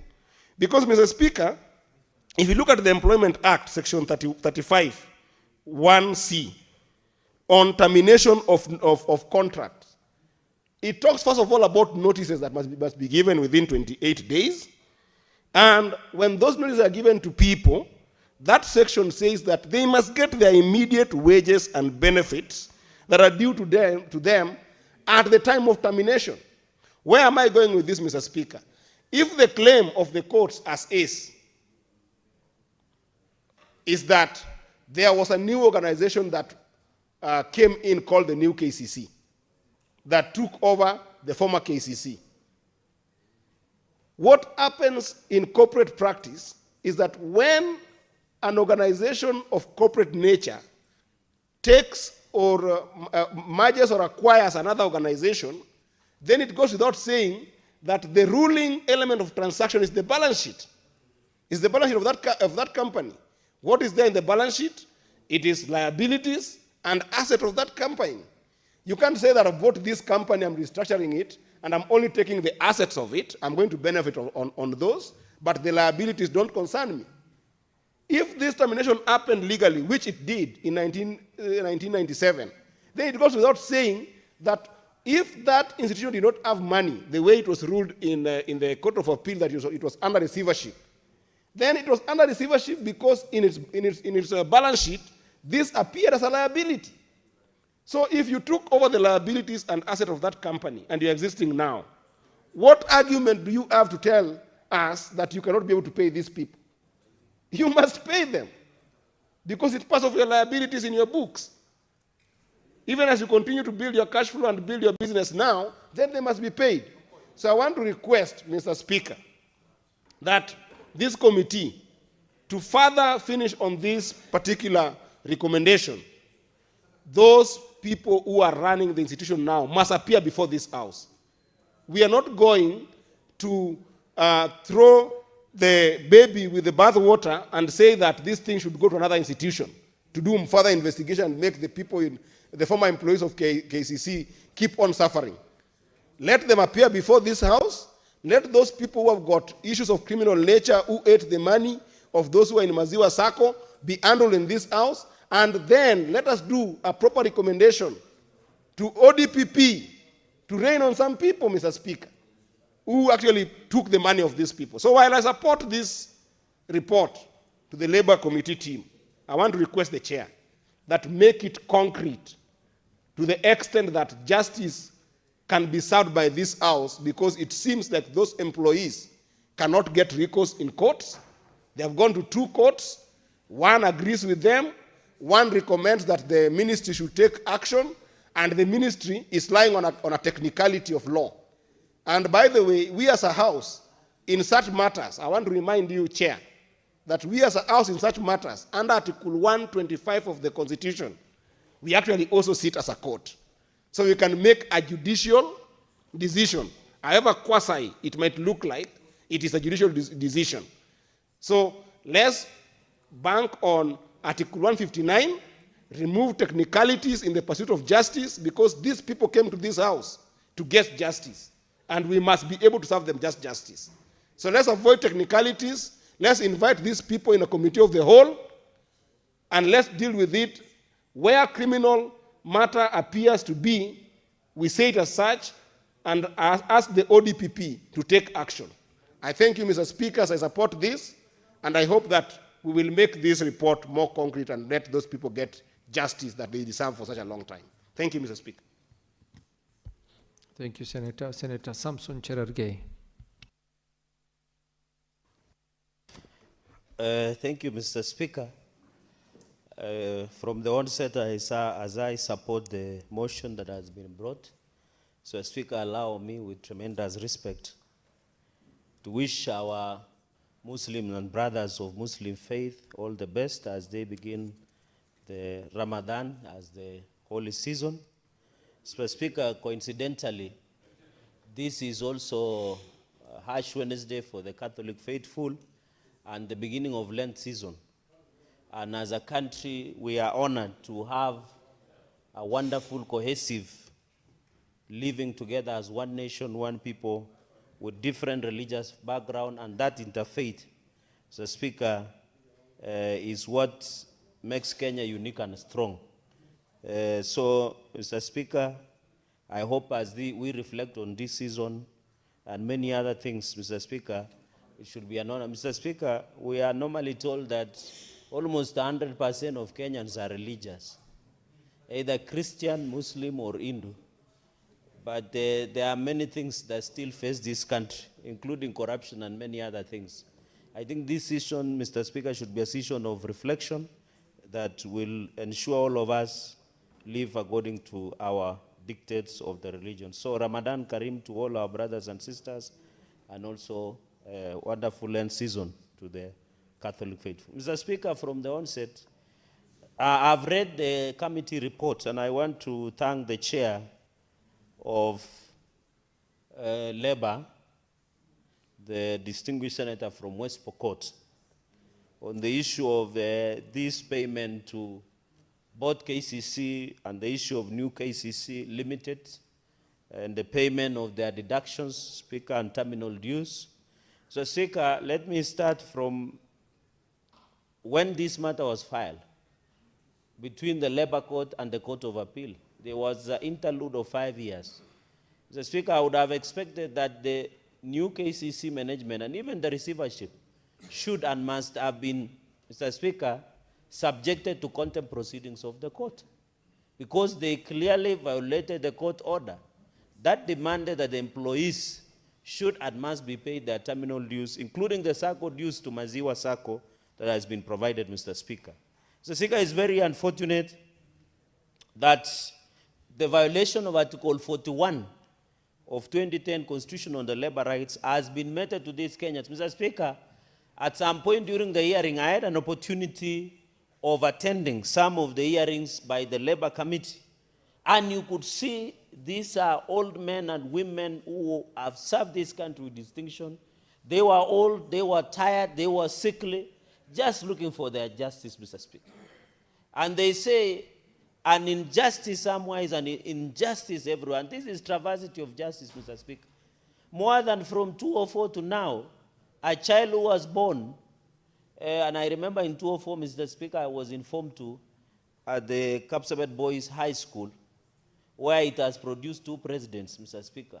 It has produced President Moi, and of course the distinguished, the 5th president, Dr. William Ruto, and maybe the 7th, because that's our tradition as the school. The ceiling, it's always the top, Mr. Speaker. So, Mr. Speaker, that is for 204. Somebody who was born to 204 has clear degree. So it's very unfortunate, Mr. Speaker, that we are discussing this. We should give directions. Mr. Speaker, the recommendations that has been made, they were 400 million that EACC, Mr. Speaker, should investigate the people who are concerned. Mr. Speaker, this 400 million, these people who manage these accounts, they must be investigated, Mr. Speaker. And I want to challenge EACC, Mr. Speaker. It is an independent body under Chapter 15 on independent commissions. But the performance of EACC is below par. You know, Mr. Speaker, it's very unfortunate. I'm surprised. In fact, we should have recommended DCI to investigate these individuals and prosecute them to Office of the Director of Public Prosecution, Mr. Speaker. Because the biggest problems we face in this country is because of EACC inaction. The other day, we are protectors of devolution under Article 96, is to protect. But the biggest threat to devolution today is corruption, Mr. Speaker. But EACC is doing absolutely nothing, whether they are in cahoots with the offenders of the law of corruption. And you remember one of the biggest campaign strategies of President Kibaki in 2002 was zero tolerance on corruption. And in fact, Parliament then, after 2002 general elections, they enacted Anti-Crimes and Economics Act of 2003, Mr. Speaker. But today, the biggest threat to development, to functionality of devolution, and even success of this case is non-inaction of EACC. Mr. Speaker, and coincidentally, EACC has normally been led by religious leaders. So I don't understand. Because this 400 million, Mr. Speaker, as we talk today, we should be told that there are recovery proceedings. In fact, Mr. Speaker, in the fight against corruption such as this, we need, Mr. Speaker, one, to arrest these people. Then the ODPP begins recovery proceedings. The only way to finish corruption in this country is when 400 million were being stolen. You also jail people, do recovery proceedings, and ensure interest is paid to the money that is stolen. If this 400 million was stolen 25 years ago, Mr. Speaker, these people should pay close to 1 billion to Kenyans so that we punish and ensure the corruption is punished and banished in this republic, Mr. Speaker. Mr. Speaker, and therefore I challenge the EACC to do their job. If they need more resources, Parliament can always allocate and appropriate enough resources to EACC. And that is why, in fact, we need to form, maybe, in fact, in future, Mr. Speaker, the EACC and DCI should work together. Because sometimes white-collar crimes are not easy to fight in this country, Mr. Speaker, because of money laundering. These people, you know, tracing of the money, the issue of money laundering is becoming a problem in the fight against corruption, Mr. Speaker. Mr. Speaker, number 3 on the issue of these workers is that the issue of statutory deductions and terminal dues. This is an employment under Labor Relations Act, and the Employment Act is very clear that terminal dues must be paid, Mr. Speaker. I think this is long overdue. The issue of statutory deductions and to Maziwa Sacco. Mr. Speaker, there is a problem with our SACCOs in this country, because most of the SACCOs are collapsing with the people's money, as you are aware. And that is why we passed the SACCO Societies Act, Mr. Speaker. It is now SACCO Societies Regulatory Authority must be called to order, or what we call SASRA, because it's their duty to ensure the SACCOs are properly regulated.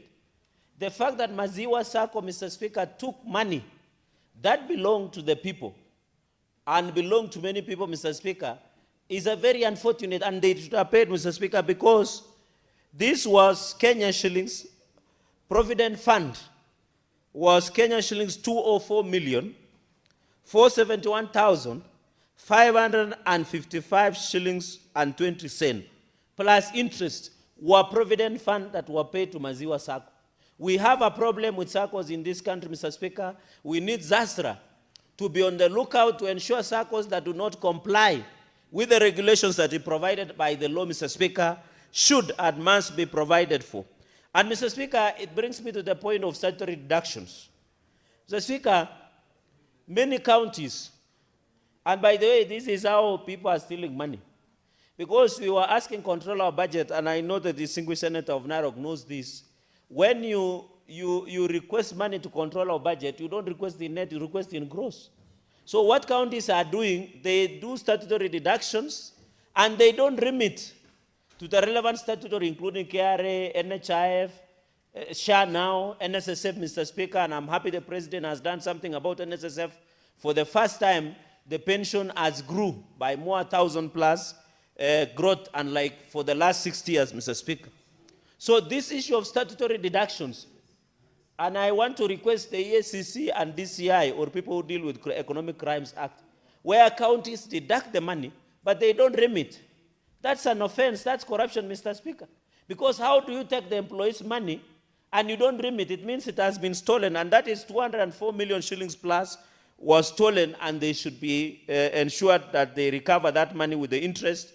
This should to the employees, and therefore Maziwa Sacco and all the directors, because there was what we call culpability, dereliction of duty by the directors of Maziwa Sacco, they must be brought to order.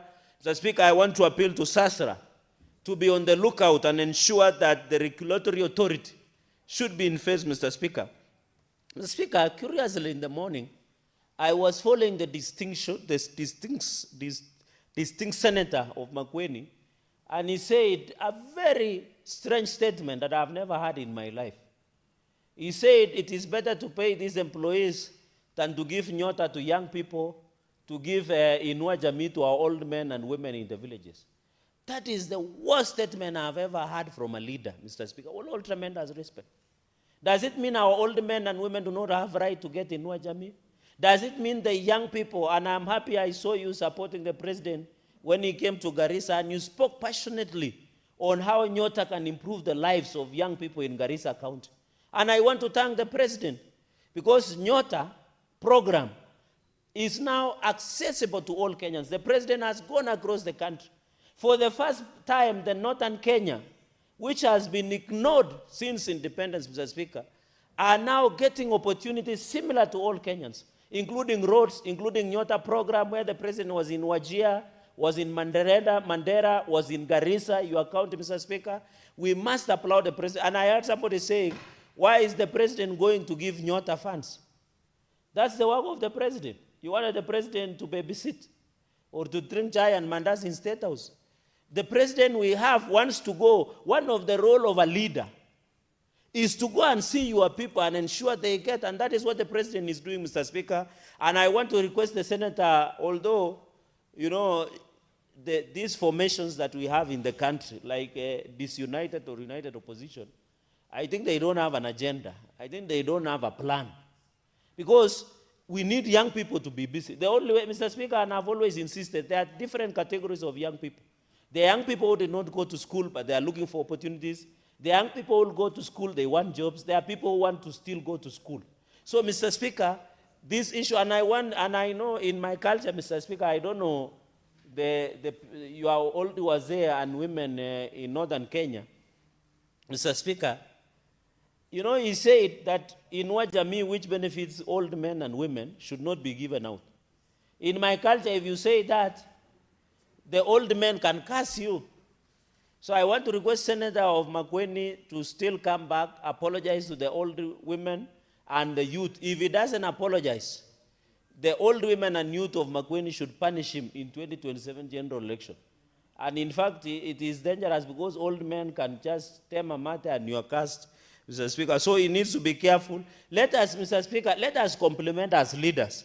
So in this payment of terminal benefits, contribution to Provident Fund, Mr. Speaker, the SACCO dues and the Arambe SACCO, we saw, and I know colleagues whether they are aware of the crisis that we saw in Arambe SACCO, this issue of SASRA, they must come out. Mr. Speaker, it is very unfortunate. There is another parastatal by government called Kenya Post and Telecommunication, Posta. The employees have not been paid up to date, Mr. Speaker. There has been delay of salaries to the Posta employees.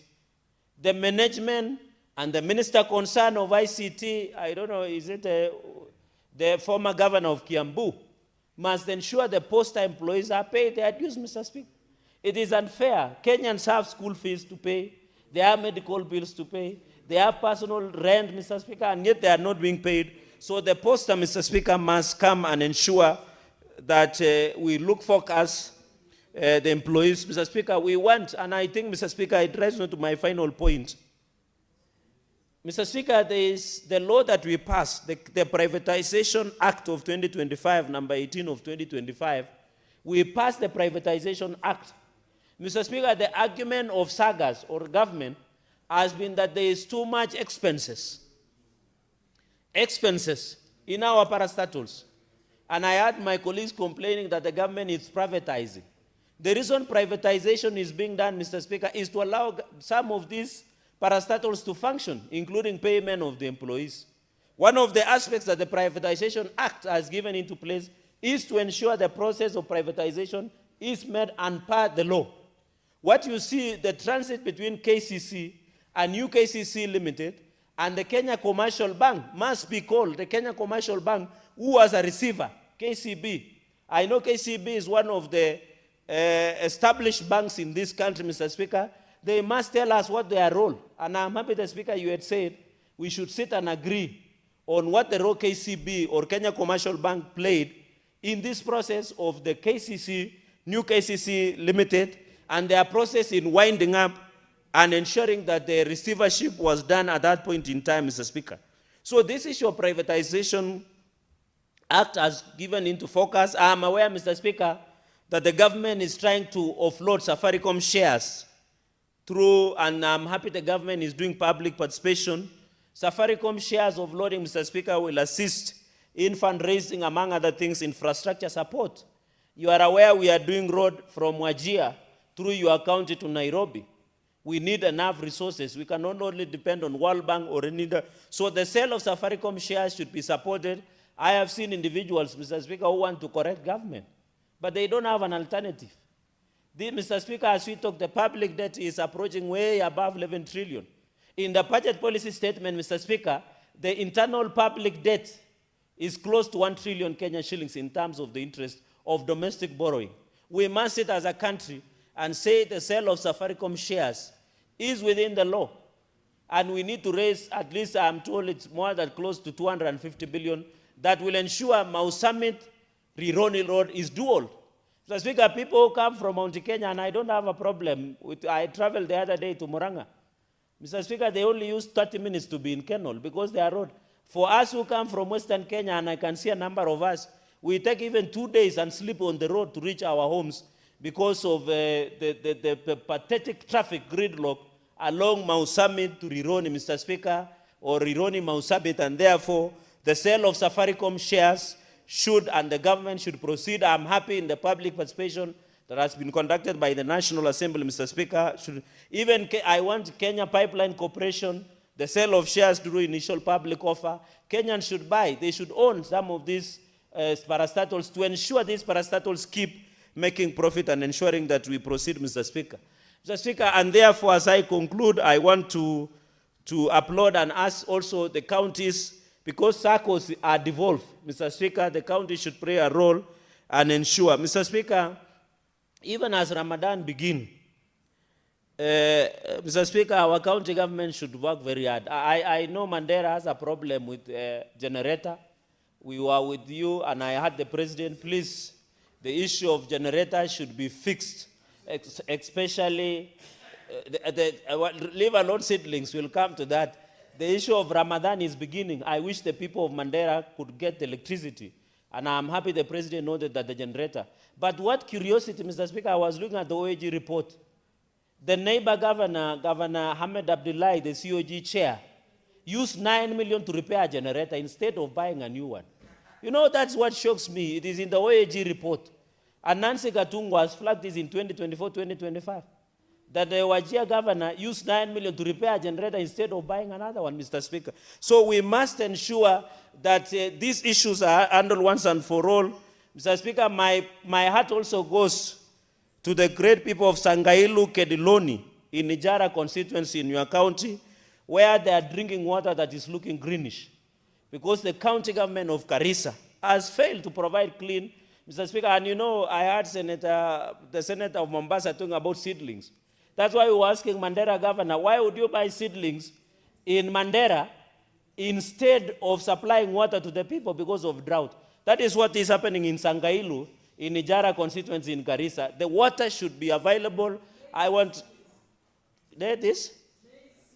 Maize seedlings on the other 55 million, Mr. Speaker, but I know colleagues will do that. But I'm appealing to Kenyans that access to clean and affordable water should be a preserve of any Kenyans, Mr. Speaker. And therefore, even where we are raining, we should ensure that we focus on provision of water going into the future, Mr. Speaker, in across, and I'm happy the rains are there. we should ensure Kenyan success, especially in this season that is coming, Mr. Speaker. Because I can see, Mr. Speaker, the issue of water, the reason I'm saying is because there is drought in the country. Even as we discuss at the employees' rights, we must sit and ensure that we remain focused, Mr. Speaker.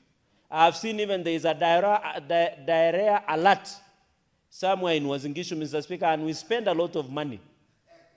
We spend a lot of money in accessing water, Mr. Speaker. With those many remarks, Mr. Speaker, allow me to support this motion. Thank you, Mr. Speaker. Senator Olekina.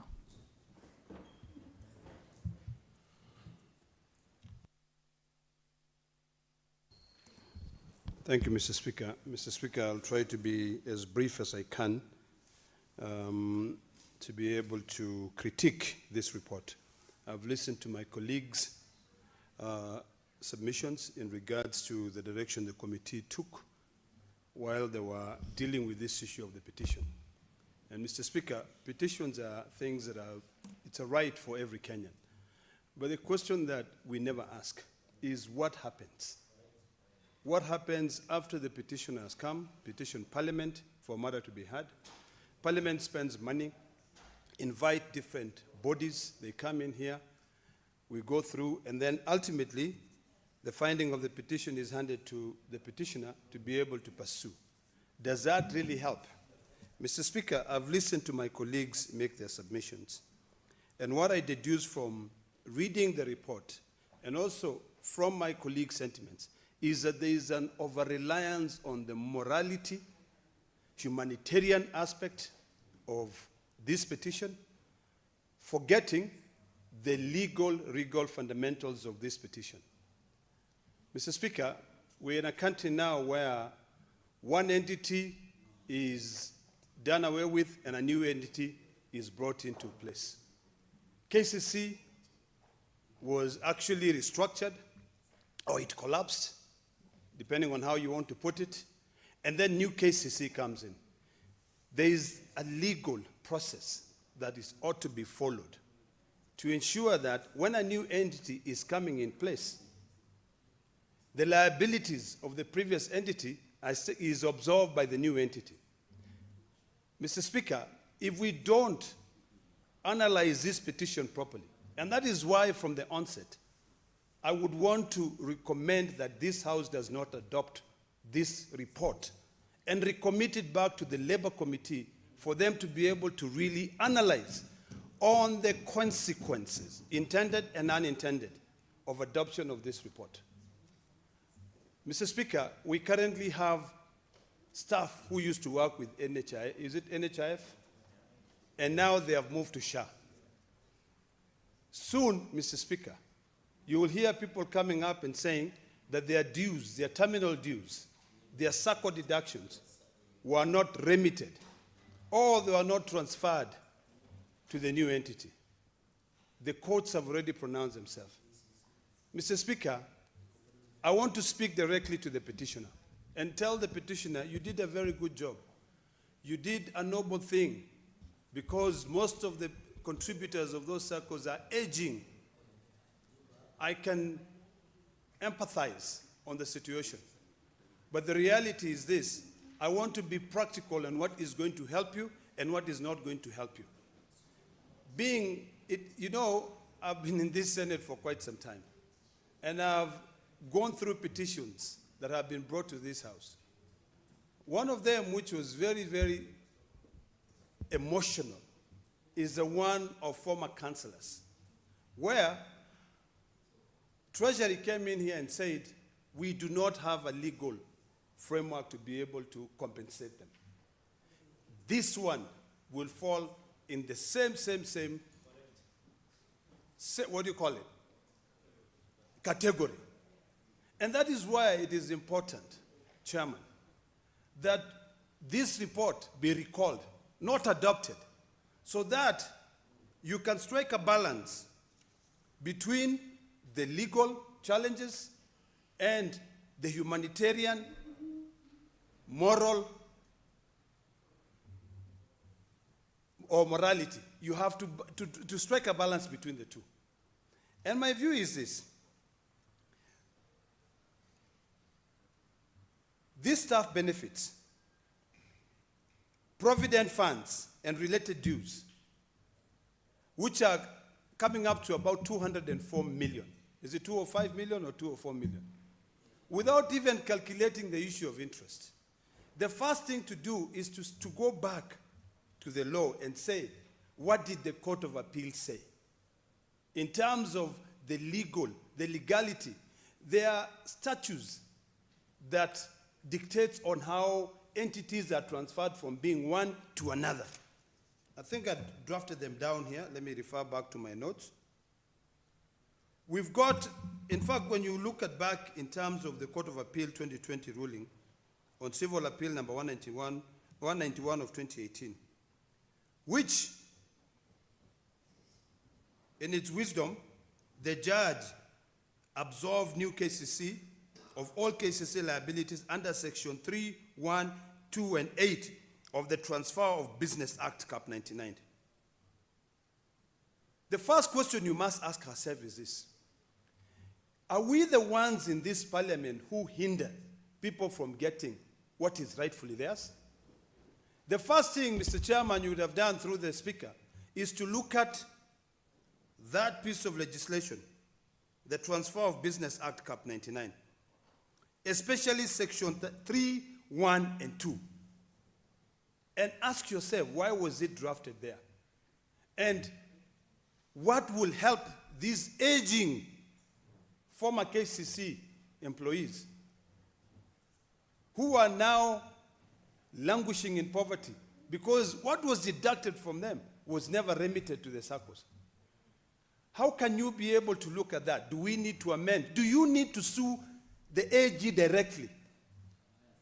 Because if you rely on the AG's recommendation, I dare say you will not be able to get anywhere. Because, of course, the AG will be able to absorb the government. And the Cabinet Secretary of Treasury will come and tell you, unless your parliament comes up with a supplementary budget, and you allocate those funds specifically to be able to compensate these former KCC through a humanitarian angle, there's no way we can help.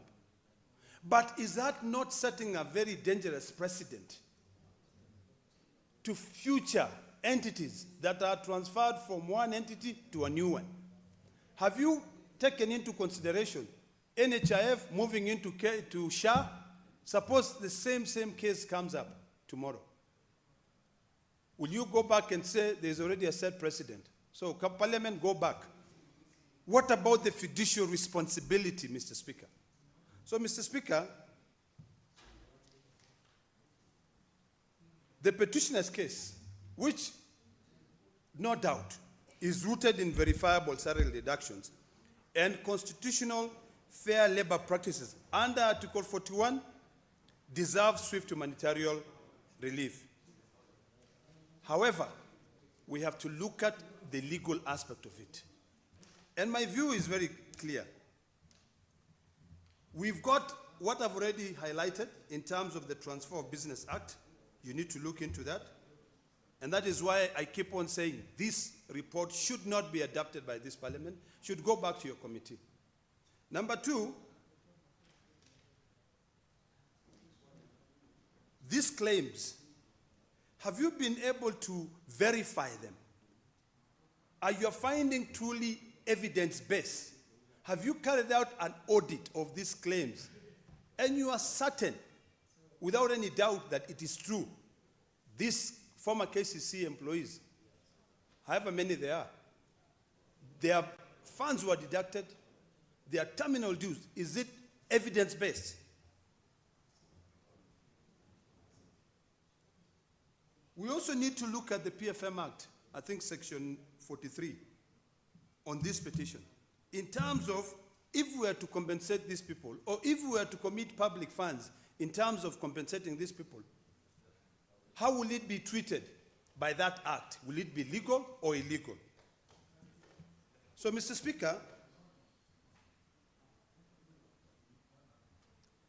I believe that the petitioner has a right to sue the Attorney General directly. Because when you hand over the report of the Labour Committee, let it be something that if that petitioner takes it to court and say this is what the Senate found, it is not only going to be based on humanitarian grounds. Yes, I care about you. I worry about your elderly situation. But is that going to put food on your plate? Do you have an evidence-based? Do you have a legal backing to be able to claim that?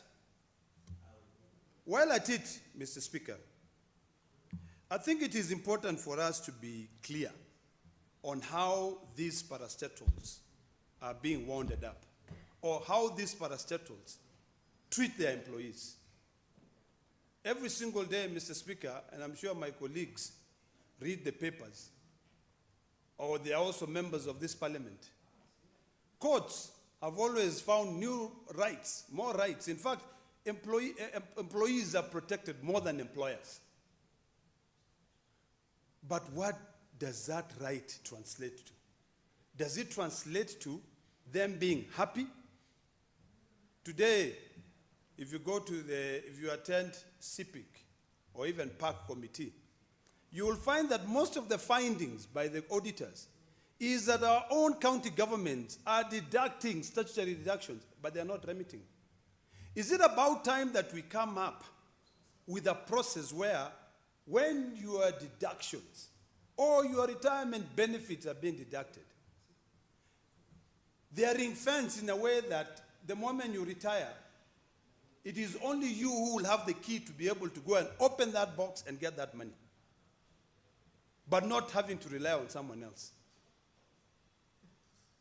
4 months ago, I was even fighting for my own sister with Treasury, who retired as a teacher. And it took 4 years for her to be able to get her dues. 4 years.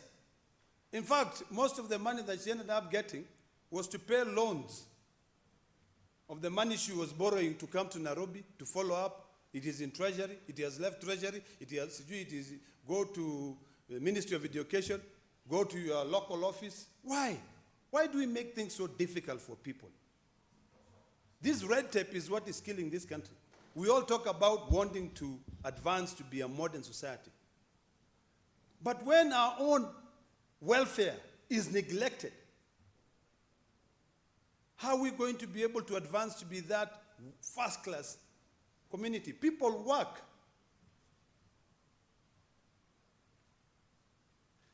On a daily basis, civil servants go to work. They work for 40 hours a week, sometimes even 80 hours a week. Because, in fact, if there are people who are never acknowledged in this country as civil servants. When we politicians are going through our election circles, they are still there working. They are still working there. Our secretariat, if we get elected, re-elected or not re-elected or reappointed or not reappointed, they will still be here. But seldom do we recognize them. Now when they retire, they now start coming to us, oh, Senator, help me, get my dues, help me, these are my retirement. In fact, there's a gentleman, an older man, who calls me on a daily basis. And he always tells me, please, talk to Lapset? To Mr. Kiilu. Is it Kiilu? Tell him, I need my money. I've done my calculation. I need my money. I go there. This old man is around 80 years old. I go there. I take him there. They meet. They talk. He's paid some little money. He comes back with a new calculation. We need to have a solution to this. To a point where I even feel embarrassed. When I see him calling me, I get embarrassed. Because I don't know whether the money which we agreed is being paid, he has been paid or he has not been paid. So, Mr. Speaker, to conclude, let me say this. We must strike a balance in this House. We must anchor equity to the law.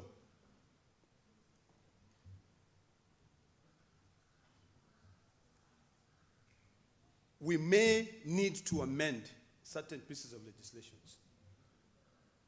Every petition gives us an opportunity to be able to see what has gone wrong and how we can be able to stop it for the next generation. So, in my view, although I recommend the committee led by my good friend from West Pokot, I still believe that this House should not adopt this report. This report ought to be recommitted back to the committee. Then you sit down and you look at your recommendations. One of the recommendations which I read and left me wondering what it will yield is where you talk about verifying those dues and also making sure that these people, because of their age, they are given what is rightfully owed to them.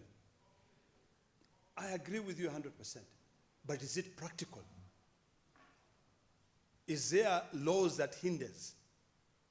Have we ignored the findings of the courts? The first question to ask, which you should have asked, Mr. Chairman, through Mr. Speaker, is when the assets were being transferred from old KCC to new KCC, were these liabilities also transferred? If they were not transferred, then you cannot now demand that new KCC pays them. You have to look at the assets. I think it was done in 2003. Were they transferred? Were these liabilities transferred? Was everything transferred? And I think the answer to that is very simple. If you look at the findings of the Court of Appeal, you will understand that there was a lot of negligence. So who do you sue? In my humble submissions, the Attorney General, directly, so that this thing can be resolved once and for all. And this is a bit different from the issue of the councillors, because the councillors, it was a moral and humanitarian angle.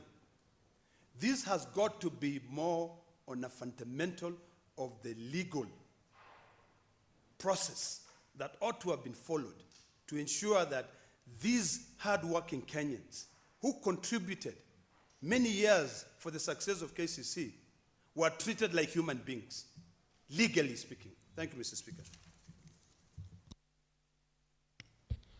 Thank you. Senator Danson Mugatana.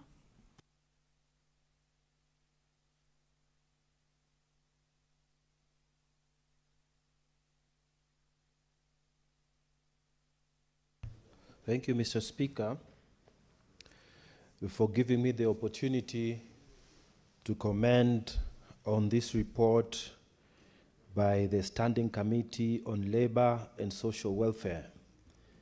Mr. Speaker, may I start by commending the chair of this committee, the Honorable Murgor, for the good work they have done on this question that was referred to the committee for resolution.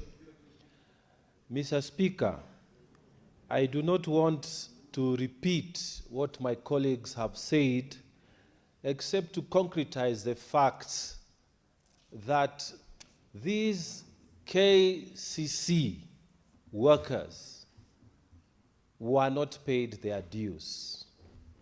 Their contributions were not paid to them. They sued the company, and Mr. Speaker, they were awarded their rights. And then, Mr. Speaker, on appeal, they were told that the new KCC cannot bear that responsibility.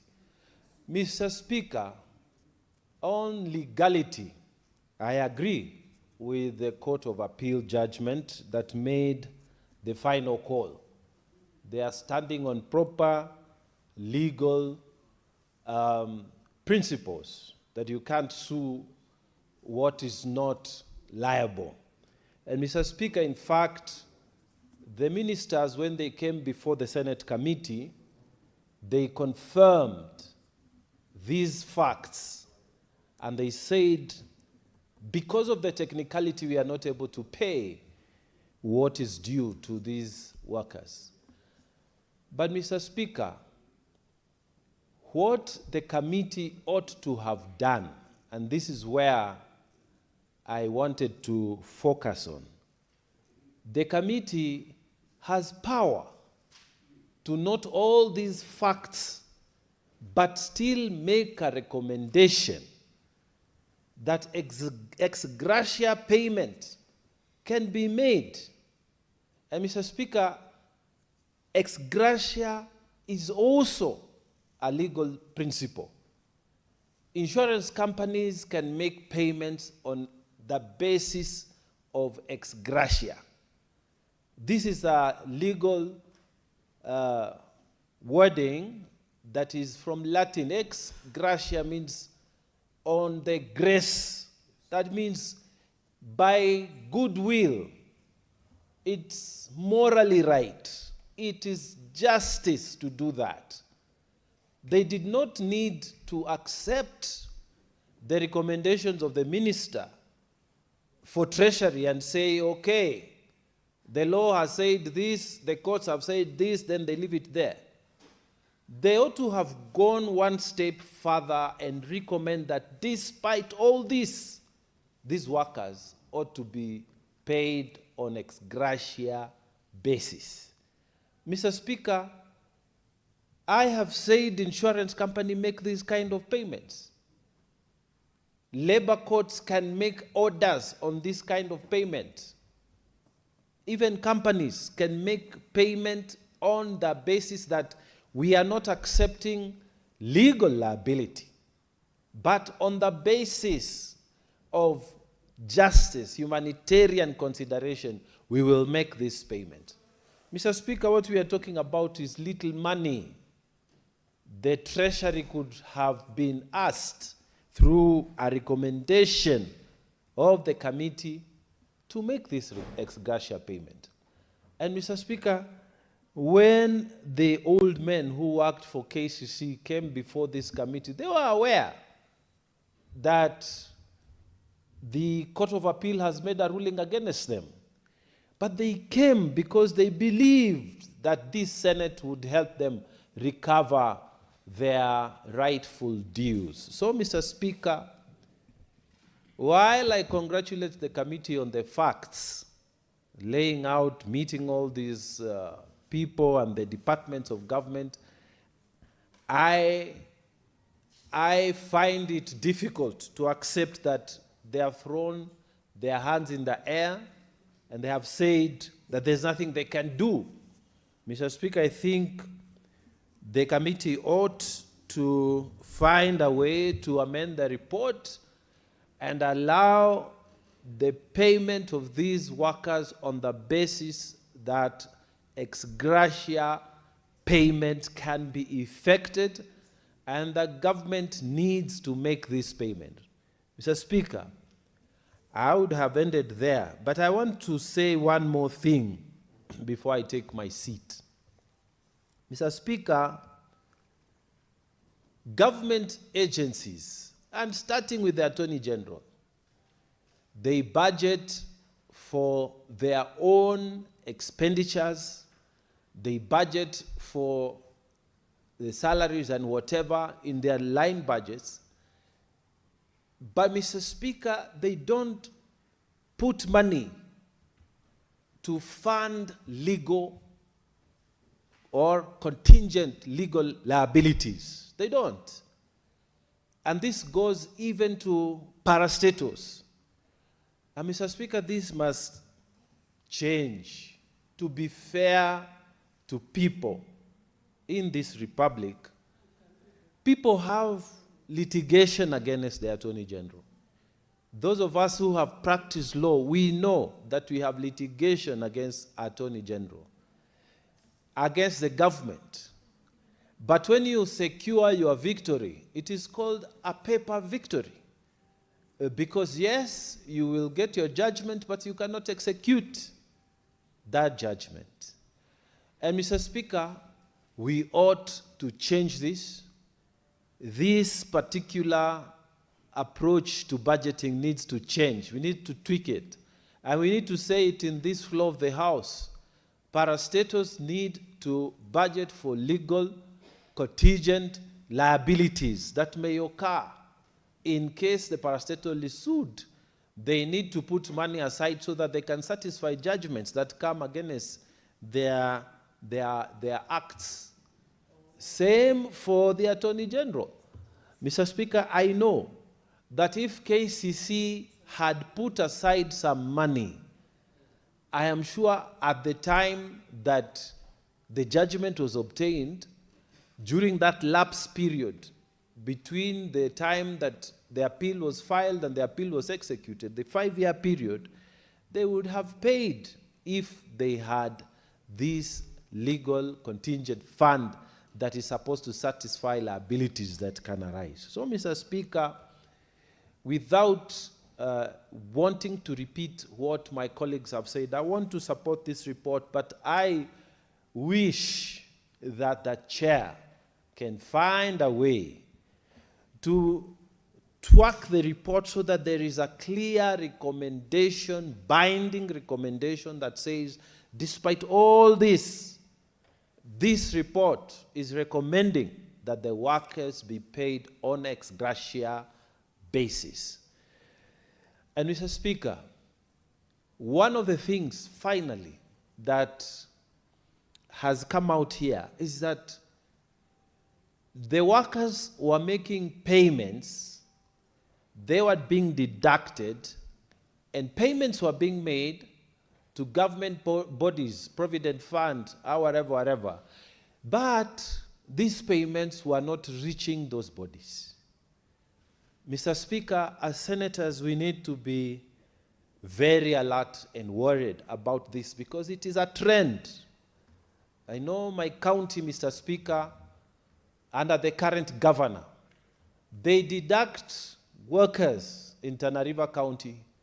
They deduct them viciously, Mr. Speaker, from their payslip, but they do not submit these deductions to the government bodies. So the workers are denied. It is unjust, Mr. Speaker. It is wrong, but governors are doing it. And I know the governor of Tana River is doing it. And they are so shameful, you know. It's very shameful that what they do is this to our workers in the county. Because, Mr. Speaker, some of these governors, Mr. Speaker, they employ people even to carry their chairs, you know, for functions. So even people who are doing personal service, your drivers, you are not remitting these things and you are deducting them and you laugh with them, you spend all your days with them. It's a shame. Mr. Speaker, I always ask myself how some counties, we end up with characters like this who occupy executive positions. I always wonder what we can do to make sure that although the executive position, we are supposed to have elected people, but we must twerk it in such a way that this is seriously not just a political position. People just play politics here, politics there, and then they are elected. And then they are totally incompetent. They cannot account for monies that come to them. They oppress the workers, threaten them, and then they hold seminars and threaten them. If you don't do this, or workers, you are going to see this. The normal statements that are done after Christmas on the first week of January. Then after that, they disappear because they have to take trips so that they can earn per diem. Shame on these governors, Mr. Speaker. That's what they do to our workers. So, Mr. Speaker, I want to use the floor of this House to ask the Tana River County government and other governors, please remit what you deduct from the workers. It is wrong. It is wrong. And this makes devolution look so bad because you are devolving some of the bad habits that are in the national government, some of the bad habits that are even in parastatals like KCC, who went down with 205 millions of poor people who are working for them, who made them profits, who made KCC to be the giant that it was before it collapsed. And so, Mr. Speaker, with those 3 points, I beg to support this report and ask that the chair, the Honorable Chairman Murgor and his team, will find a way of making a compelling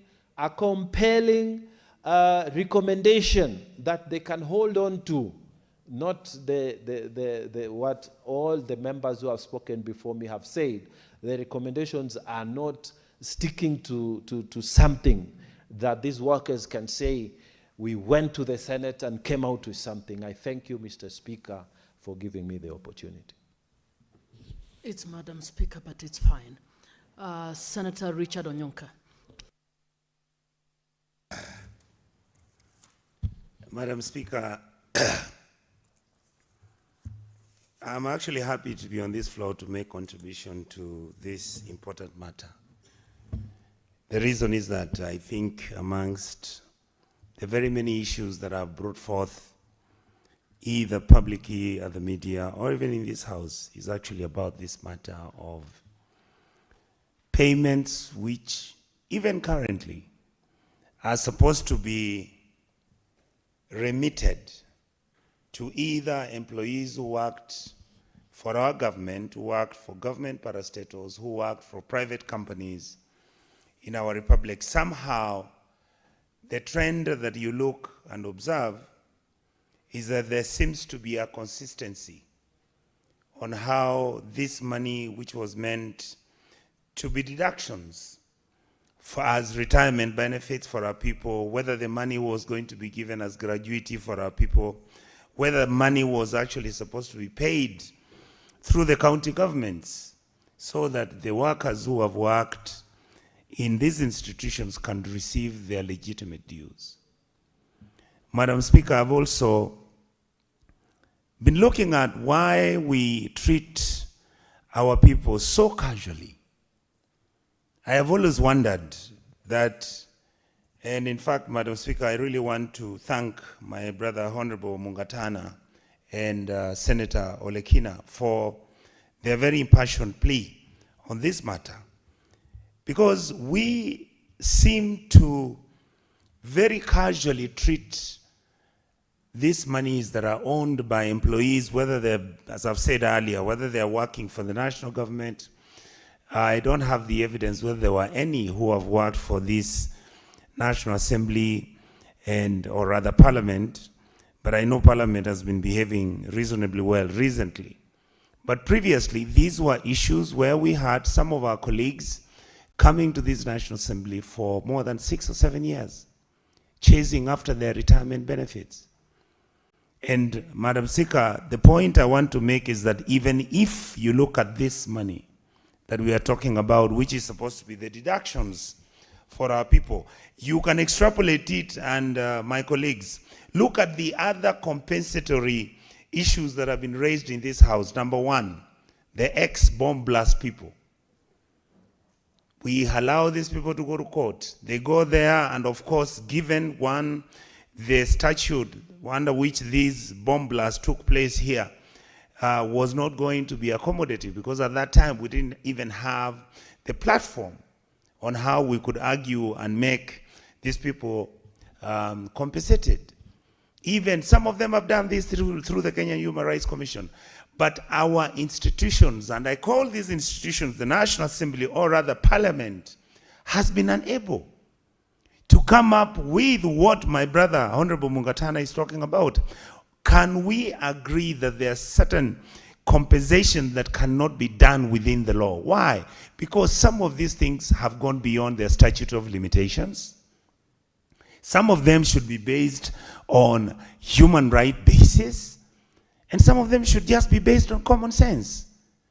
If somebody was the sole income earner who was selling items outside the bomb blast, and the bomb blew up our people because somebody was trying to attack Kenya for being friendly to the United States of America, and then 50 or 30% of the individuals who were blown in that bomb are compensated, and those ones who lost, who have the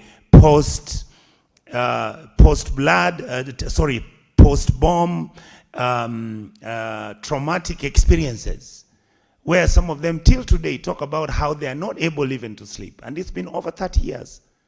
Surely we need to come up with a mechanism within the law on how we can compensate our people. Number two, it is true, the deductions which most probably were being done for those employees who are working at KICC and did not get to the statutory body that was supposed to have paid the employees was eaten by certain individuals. The truth is, these individuals were never followed. The truth is, the law was never used so that either we could recover this money or even make sense on what to do with the people who are not receiving their money.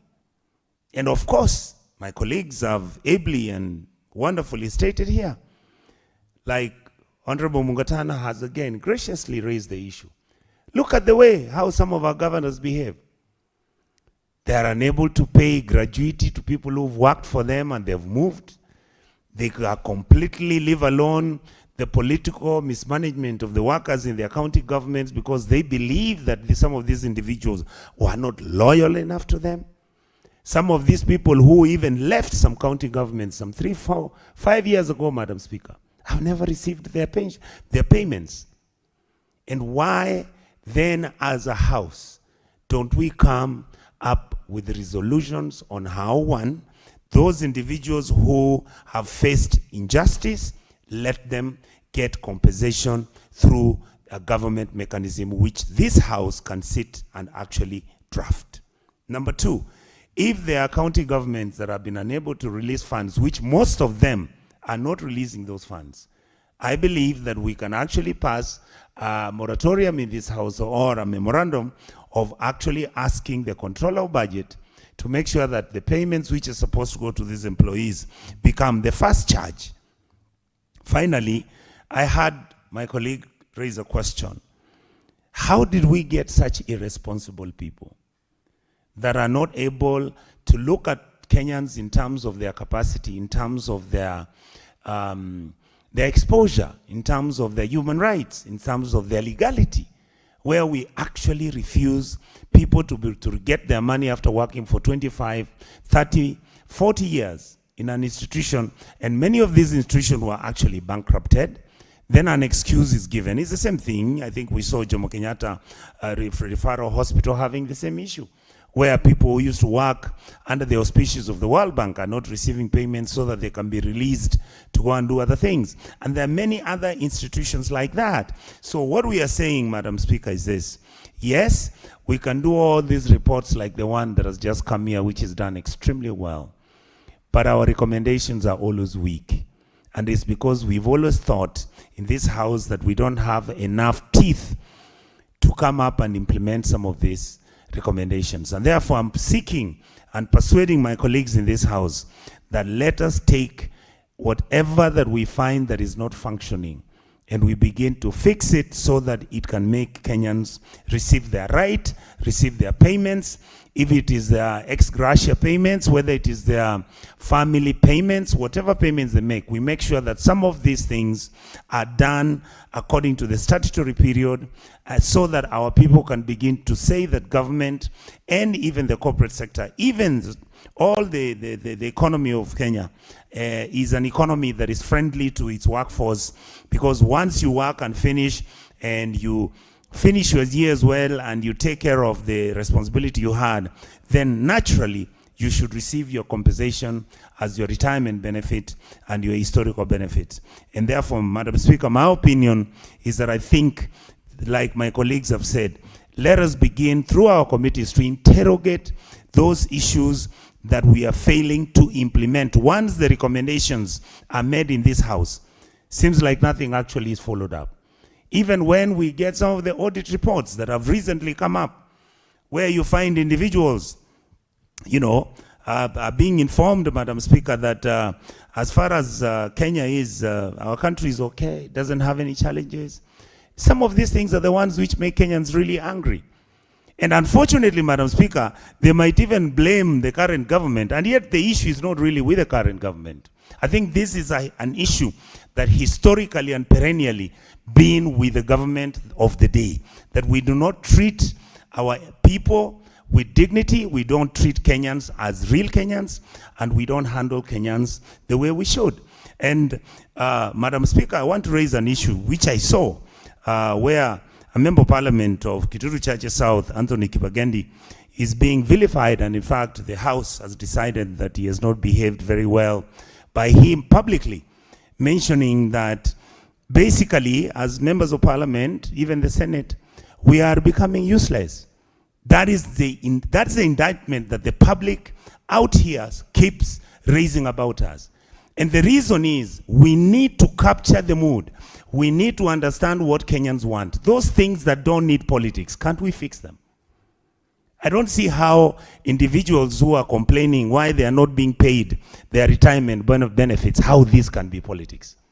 Surely we can sit in this house, set up a subcommittee, which is given permission or through the statutory powers of the Labour Committee, and make recommendations, and those recommendations are final and binding. And we can seek consultation with the Supreme Court and the Court of Appeal and the High Court, and make sure that any of the laws we pass cannot be contradictory. And yet we operate like everything is normal. And yet our people don't get payments from the statutory bodies that were supposed to pay them. And yet we understand some of this money was actually stolen. The people who stole the money are not held accountable. So, Madam Speaker, I'd like to say that I agree with the report and I appreciate the good work they have done, but we need to look for a way. And I remember there was a time when the Speaker made a ruling and said, stop complaining that you don't have the teeth. Can we now begin to build the teeth in this house which can make Kenya a country that is governed and is respected the way it treats its workforce? With those few remarks, I want to say thank you, Madam Speaker, and I support. Senator Wakili Sigei.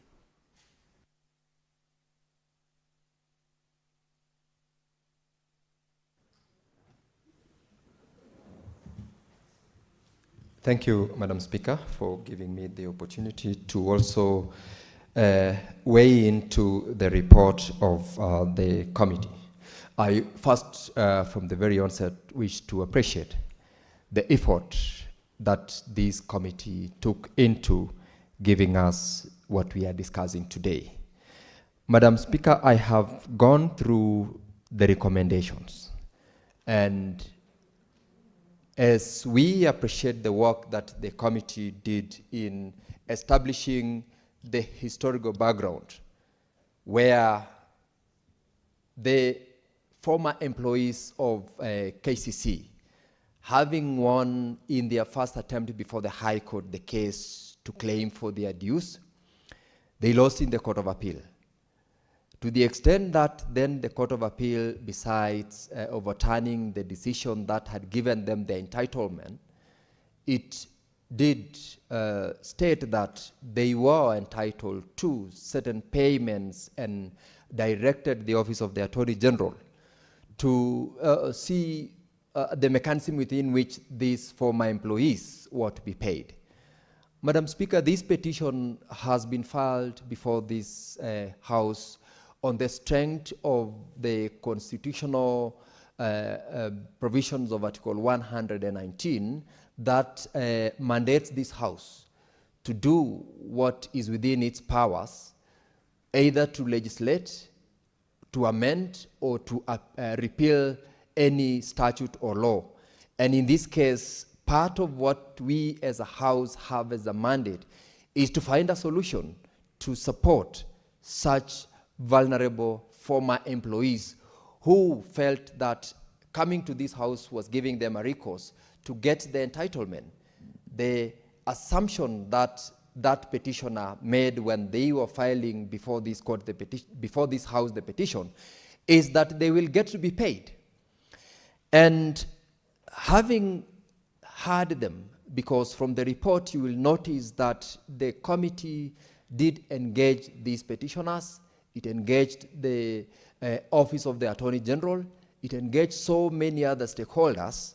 The report, in terms of its recommendation, in my view, ought to have done better than it did by recommending certain policy statements. Actually, the recommendation that the interministerial committee that was set up by the cabinet secretary in relevant ministry to report within 6 months does not give the petitioner what they expected when they were filing the petition before this House. Assuming that that interministerial committee recommends that they are not entitled, their coming to this House was that resort of the last, saying we will get our entitlement here. They will not get if the interministerial committee were only to say, unfortunately, the finding of the Court of Appeal was that the new entity that took over from KCC is not liable to pay. Secondly, the policy framework, which they gave out as their second recommendation, is futuristic. Admittedly, yes, that is supposed to be the way to go.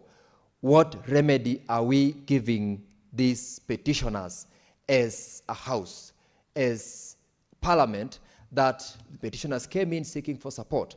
And so, in support of what the rest of the members have said, the committee ought to have gone out of its way to facilitate an ex gratia payment, to facilitate a support to these former employees whose contributions and deductions were remitted or not remitted. I have not been in a position to read the facts in the matter that was before the court, but the bottom line is they were entitled to, as former employees, for whatever benefits that they contributed through the scheme and through the former employer, to be repaid or to be paid upon retirement or upon the dissolution of the former employer. So I really wish that the committee had been very clear and straightforward in its recommendation. But all is not lost, Madam Speaker, because even as we adopt this report, the committee still has given itself a window within which to follow up the recommendations they have made, both with the Office of the Attorney General as well as the Cabinet Secretary of the relevant ministry. I wish that in their follow-up processes, they undertake to highlight the fact that even as the interministerial committee pursues a recommendation on their part in terms of how else can they pay, they should stand firm in ensuring that this over 204 million, which is actually money that was established to have been deducted and remitted from the salaries of these former members of Maziwa Sacco, that money should not be lost, because whether or not a matter went to court, these deductions were from the salaries of those employees, and they must then get it back because it is their entitlement. This conversation relates largely, Madam Speaker, to what we received from the Office of the Auditor General's report to our various county governments, where county governments deduct from salaries of many of their employees, whether it is for purposes of NSSF, NHIF, or even to those established schemes. That deduction is made on their payslip, but then they are not remitted. And therefore, when the Auditor General flags out those things, we have got over some, I think, 104 billion outstanding remittances in almost all the 47 counties. The biggest question which the Auditor General and which this House also asked when they were looking through those statements is that where do this money go and who will pay these former employees if they are not remitted even after deduction, because a number of them have gone into pending bills. And the Office of the Auditor General, though having flagged them, has only raised that these are red flags to mismanagement, to corruption, and to unjust treatment of employees who are working for county governments. Their salaries have, their deduction have been made, but not remitted. So even as we support this particular recommendation by the committee, the same should be sounded on our county governments where deductions have been made. They should be remitted, because we will, Madam Speaker, be dealing with almost a similar petition in a few years to come, where former employees of county governments are saying our salaries were deducted but not remitted, and therefore cannot benefit from that. So as we appreciate the work of the committee and also the recommendations they've made, we should, as a House, be looking at a recommendation that is implementable, a recommendation that will not discourage members of public from filing petitions before this House, and a recommendation that will also highlight the specific responsible government agencies to honor their commitment. And in this case, we look forward to, in the follow-up by the committee, having the interministerial committee being pressed to ensure that these deductions are remitted ultimately to the former employees, whether or not a finding of the court had exonerated the new KCC from the liability of these former employees. Madam Speaker, I congratulate the Honorable Chairman and his members of the committee for the work they did, save for those few comments which I wish, in their pursuit to follow up, ensure that they pin down to the inter-ministerial committee's work in their implementation of the committee. I thank you, Madam Speaker. Senator Veronica Maina. Thank you, Honorable Speaker, for the opportunity to reign and speak into this matter. The report that has been presented to this Senate by the Labour Committee. Let me commend the committee for a job well done, having looked at the facts of the matter, held several meetings, and ensured that they have come back to the House with solutions to the employees, former employees of KCC. It is very sad, Honorable Speaker, that we are discussing this matter today in the light that it appears, because I am certain that there are former KCC employees who have cried, mourned over their lost terminal dues. And this should not have been. But I'm also happy to note they have taken the right action. They have petitioned Parliament, having realized that under Article 119 of the Constitution, every person has a right to petition Parliament to consider any matter within its authority, including to enact, amend, or repeal any legislation. So they have exercised their constitutional right. And this is the way to go. Any citizen that is really aggrieved, or a group of people in Kenya who are really aggrieved, do have a right to exercise this Article 119 and present their petitions, present their views, or present their lamentations to Parliament.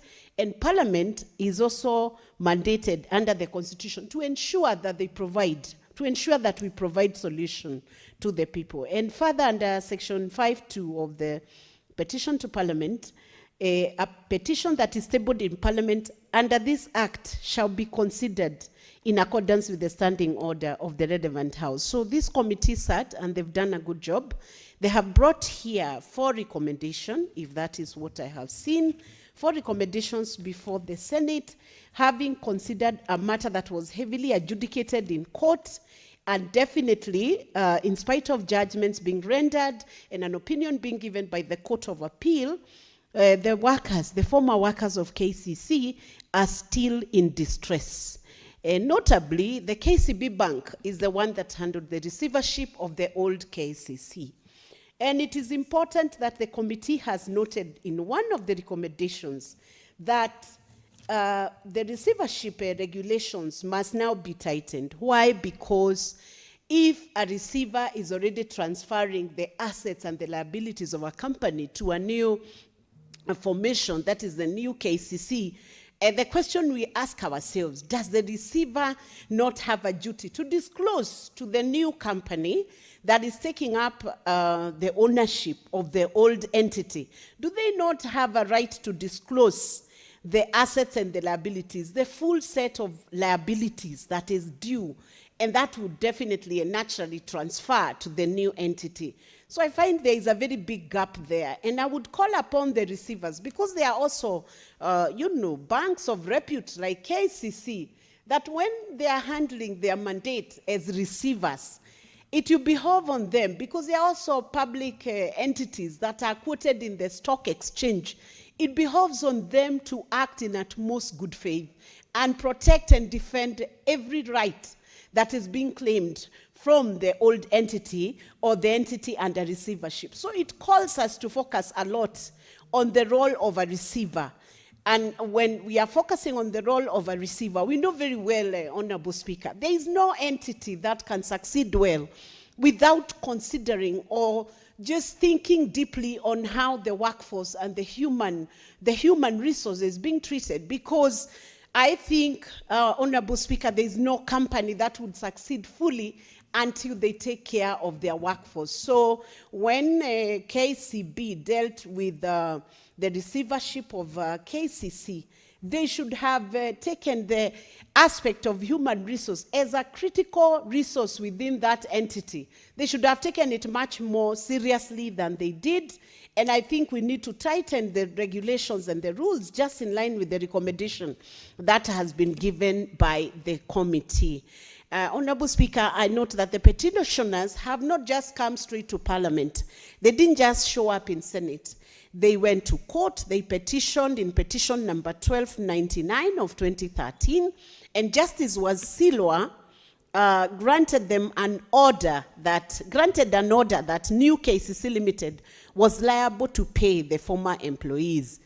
And the New KCC appealed, and at an appeal level, the former employees of KCC lost. And I'm sure those employees are now asking themselves, where is justice in all this? And the question we must ask ourselves, in spite of the changes of the company from the old KCC to the new entity KCC, was the claim due? And who gets to pay this claim? What is the role of the receiver?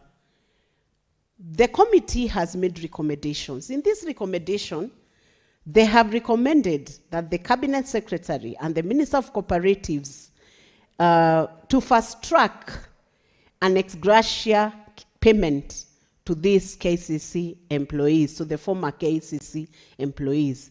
I support this recommendation, Honorable Speaker. I fully support it. Why? Because they must not be held liable, or they must not be the losers in a transaction where assets and liabilities of a company were transferred to a new entity without full disclosure by the receiver, Honorable Speaker. And I'm sure in this receivership, the Attorney General's office was involved. What was the role of the Attorney General office in giving advisory to the receiver? What did they do? And how did they conduct their affairs? And that gap, who gets to pay contributions that were deducted from these former employees but not remitted even to Provident Fund? This is very wrong corporate behavior, Honorable Speaker. And indeed, all government entities must be held to account fully. If they do any deductions for employees, those deductions must be remitted. And I think one of the things that need to be done, compliance on a monthly basis, so that we do not have discussions like the one we are having now today. Any deduction that is done from employees, even private entities, must be remitted to the relevant authorities, Honorable Speaker. Because then we will find a class of workers who worked for government, which should have been very prestigious. Working for a government corporation or an entity is prestigious across the whole world, Honorable Speaker. Anybody who works for government anywhere is always given very high regard because they represent government. So imagine employees then working in the public sector, serving the people, holding up for a company and working and slogging for years, then their money is deducted. and an entity feels it is okay not to remit those deductions, and actually fails to remit 1 month, 2 months, 10 months, a whole year, and they are not remitting, are they above the law? Should they not comply with the basic laws that have been set actually to support the government of the day? I think it should be embarrassing for us to be discussing deductions that have been effected from human capital and not remitted. They should be remitted, Honorable Speaker. So I believe the committee was on its right tracks to recommend that there should be a time-bound settlement plan for the former KCC employees, and I fully support that, and that our committees now must become strong enough to be able to oversight on such issues so that when these recommendations are done, then they are effected in a timely fashion. Then there is another recommendation for ensuring that we have mandatory benefit ring fencing during asset transfers. That should be automatic. Even before we do regulations that are more tightened for the receivers, it behoves on the receiver. A credible receiver like KCB must ensure that every interest in the matter that they are dealing with on the table and the receivership issues they are dealing with on the table must be attended to, even for their credibility. Because how do you ignore a whole workforce that has a whole claim which is in the tune of 204 million shillings? It is not 2 pence, Honorable Speaker. And even if it may not appear too big for the entities that are transferring shares and changing hands in the management of the company, it means a whole big, it's a big issue to the employees, and it means a lot to their welfare. So, Honorable Speaker, I believe after these conversations we have had and the debate that we are having today, there should be a solution for the former employees. And then I see recommendation number 4, the Ethics and Anti-Corruption Commission and Director of Criminal Investigation, within 6 months of tabling of this report, to investigate mismanagement and funds misappropriation by former KCC directors, particularly the cash 400 million loan that caused the company's collapse. Honorable Speaker, if such a recommendation is left unattended to, that will be gross misconduct, both on EACC and even the former management of the KCC directors. Why, Honorable Speaker? Because if this amounted to the collapse of a whole company, many employees losing their livelihoods, now their providence, their terminal dues are at risk, the courts are awarding, the courts are giving a repeal on the decision on their award. They are busy in a sucker somewhere, not knowing where their claim will ever land into. And then we have another group of people who have misappropriated 400 million shillings loan that causes the collapse of a whole company. That means, Honorable Speaker, that those KCC, former KCC directors are economic saboteurs, and they should be dealt with. That is a case which the former employees and even Kenyans would be keen to see what happens to such people. What happens to this recommendation? So I believe when we call the Ethics and Anti-Corruption Commission in the Senate JLAC committee, the next time they come, I believe the chair who is in the House today, we will take this report and make sure they respond and account on what they will have done. So I hope the House will serve this report to the EACC so that we see an end to this matter. And it should sound a warning to other public officers who are managing resources that we cannot have mismanagement and misappropriation that sends many families into chaos with loss of job. That means loss of their livelihoods. It means a loss of school fees for children. It means a lot. It has a lot of many other, chain effect. It triggers a ripple effect in the welfare of families in Kenya, and I believe it should be tackled and dealt with. Honorable Speaker, I want to congratulate the committee for being strong in this matter, and I want to pray and hope that by the time we touch this report again, that the KCC, the former KCC employees, will be a community that can smile and say that honestly, Parliament works. Because Parliament is the foundational and institutional guardian and custodian of human rights. It's the final stop for accessing any elusive rights and for helping citizens to access human rights through legislative action, budgetary allocation, and even oversight action over the executive. It is in Parliament where you can find the interface of dealing with the executive, the ministries, and the interface of dealing with any legislative gaps that could have caused any breach of human rights. And that is why for these former employees to bring this matter to the Senate, it was the right action. And we urge any Kenyan to know that Parliament exists to serve you. Parliament exists to ensure that your human rights are enforced, they are upheld, they are respected, and that you can enjoy the dignity that you deserve to enjoy as a citizen of the Republic of Kenya. So do not go to the streets. And if you go to the streets, do not be armed or do not cause demonstrations that cause destruction of any lives or destruction of any property. You can actually approach Parliament through a petition and you will find tangible action that causes the human rights, the redress of the human rights that have been breached in your life. Thank you, Honorable Speaker. And I want to wish former KCC employees all the best as they pursue their rights. But from Senate, we will try to do what we can to ensure that the compensation that slipped through your fingers and out of your hands when you went to court and in the Court of Appeal can finally be redressed, and that you can find your compensation coming back to your pockets. Thank you, Honorable Speaker. Senator Beatrice Ogola. Honorable Speaker, I thank you for giving me this opportunity to add my voice to this petition that was done by one Mr. Bernard Kananda.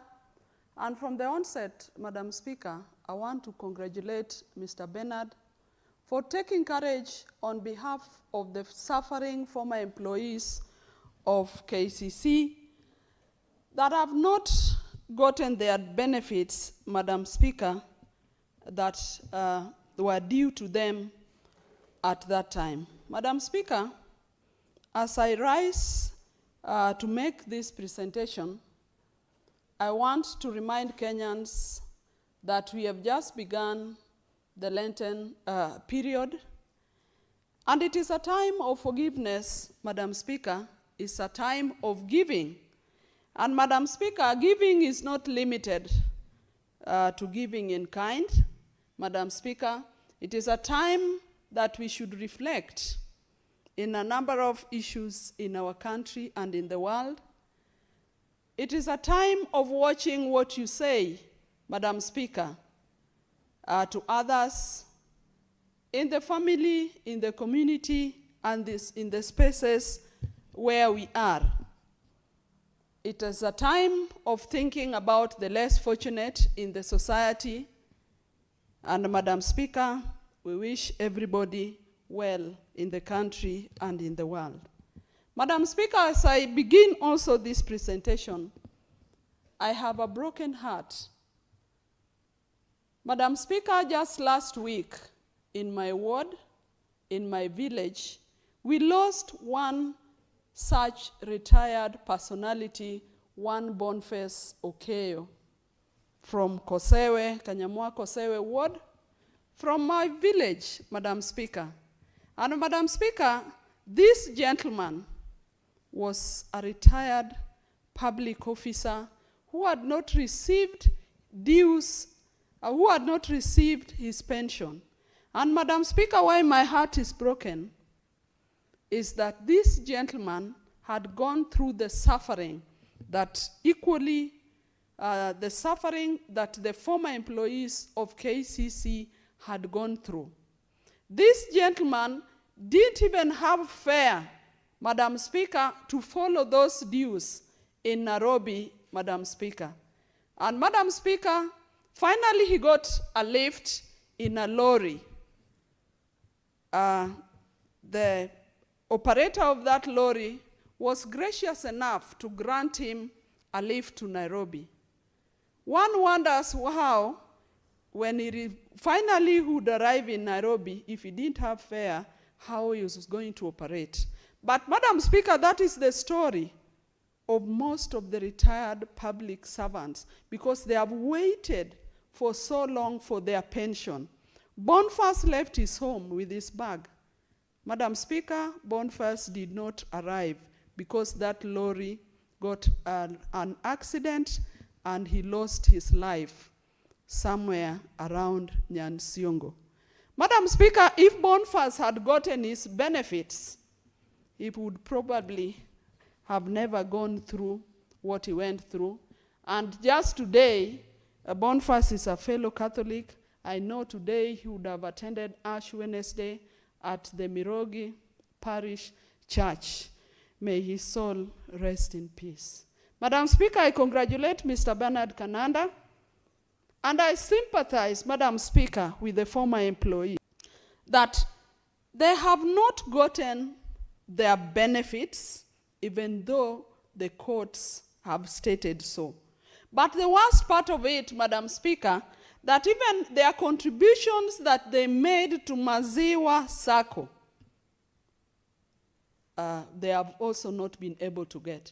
All of us here who work for the public are either as public officers, as state officers, or as employees.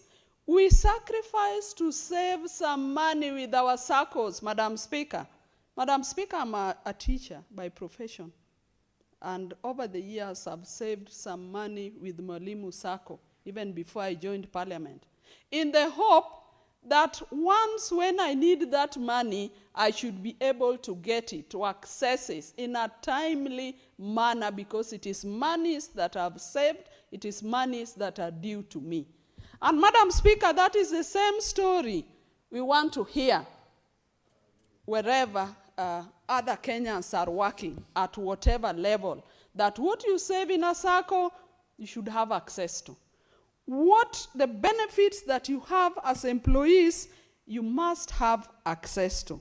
And I want to congratulate this committee of labor for taking this matter head on.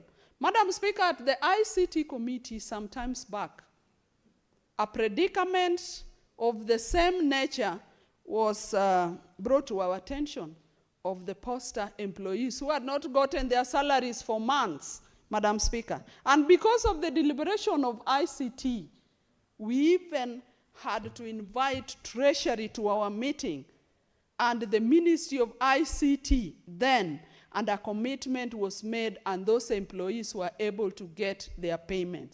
It is on the same note, Madam Speaker, that this Senate must ensure that the former KCC employees finally get their terminal benefits and the contributions that they made to the SACCO, Madam Speaker. It is also very unfortunate that the government had disbursed this compensation to KCC limited stakeholders. Madam Speaker, but these workers continue to suffer. As we talk about the suffering, I know a number of them have also suffered and lost their lives. Madam Speaker, we know that as people age, their medical requirements increase. And in which other way would you meet your medical obligations if it is not from the benefits that are due to you having worked for it? So I know even as we are talking, Madam Speaker, some of the benefits we are pushing here are benefits that are going to be paid when a number of these employees have lost their lives. And we must shame ourselves. And Madam Speaker, we have a government. Our government must stamp its foot to ensure that workers get their dues and benefits that they work for. And that is why I'm happy with the recommendations, some of the recommendations that are here, that we must ring-fence the benefits of workers, Madam Speaker. Madam Speaker, some of the recommendations speak to what we the ideal situation. And this need not to have come from recommendations, Madam Speaker, because these are the rights of our people. Timeliness of settlement of benefits. And we should also have an automatic compensation system, Madam Speaker. But Madam Speaker, I ask myself, as we deliberate over this, where is the AG? The AG has a role in all this, Madam Speaker. We are talking about the public. Madam Speaker, as my colleagues have also said, argued here, that is the kind of situation that is going to face even a number of our employees in the county governments. Senate is here to look at the interest and protect those interests of our county employees. We must go ahead, and this committee must go ahead to also just oversee over the period, even as the workers have not retired, that are their benefits safe? Will they be given in a timely manner? Are they ring-fenced? But above all, the circles which our people save a number of their monies, are those circles regulated, Madam Speaker? Madam Speaker, as I speak here, I know there must be a regulator of the circles. They must ensure that what people contribute in terms of their savings are safe, Madam Speaker. And we should go even ahead. This committee must get a regular yearly audited auditors report that must capture those issues that we are talking about. So, Madam Speaker, I support, and I feel that the recommendations must be tighter. We must ring fence, as I've said.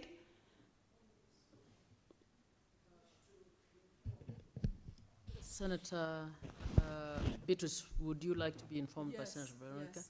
Madam Speaker, I accept to be informed. It's only a fool that refuses to be informed, Madam Speaker. Senator Veronica. Thank you, Honorable Speaker. Just to inform and contribute to add to the richness of the debate, that yes, those circles are, it's to inform. Those circles are regulated, they have SASRA. So there is no reason for any circle not to have the money firmly available for the workers. Thank you.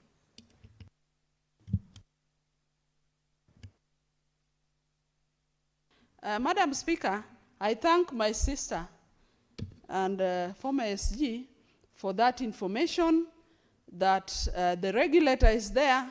But the question I ask myself, even in the presence of the regulator, what has the regulator done over this case?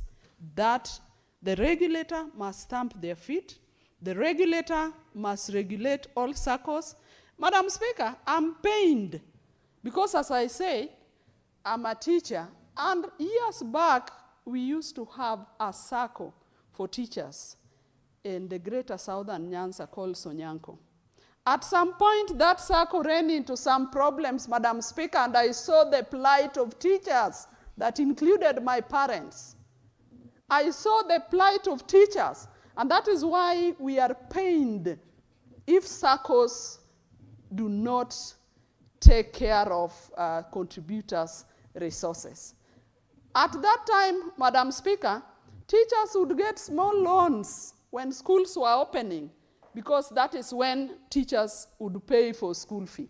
So, Madam Speaker, I remember my parents and other parents then would line up at the circle. If they didn't get the loans, Madam Speaker, it meant that we would not go to school among with other children of the teachers. Madam Speaker, I pride myself and I say I'm a daughter of a teacher, a wife of a teacher, and a teacher too.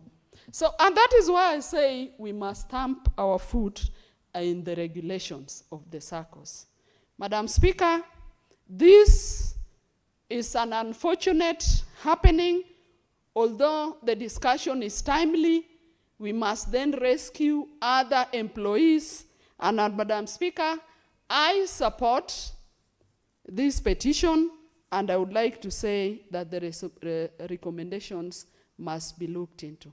Thank you, Madam Speaker. Senator Crystal Kegehi Asige. Thank you very much, Speaker. I appreciate the opportunity to contribute to this very important petition. And though we've had fellow colleagues talk about it and debate on it, I must also give a disclaimer that I am in the Committee for Labor and Social Protection, and I sit here as the Vice Chair. So this is something that we have been looking into for several months, as you see in the report before us. This is why I will make my contribution brief. However, I still wanted to underscore some of the issues that came up throughout this investigation and implore and beseech the relevant ministries to put an end to this particular petition on behalf of Mr. Bernard Kananda and the rest of the petitioners. Madam Speaker, this is a story. It's quite simple. It's a story of very earnest, very honest, very hardworking Kenyans. So I think that all Kenyans, even if they're not directly involved in this petition, can relate to the story that we have before us. Young people, they were young people in 1997. They were in their 30s and 40s when they were caught in the midst of a restructuring of what is now known as the former KCC and the current new KCC. These employers had nothing to do with that restructuring, but of course they had to follow suit to support the development and the new way forward that was seen by those leading this particular organization. And Speaker, it's unfortunate that between 1997, when they were just maybe 30, 40 years old, and almost 30 years later, we're now in 2026, they are in their 70s and their 80s, still waiting for their human rights and their dues to be given to them. That is staggeringly unfortunate. And this is something that I expressed throughout our investigation in the Committee for Labor and Social Welfare, because this is not the first time, Madam Speaker. You will know that this is not the first time they've brought this petition to the Senate. They brought it in this parliament that we are a part of now, but also in previous parliaments to the Committee on Labor in those times.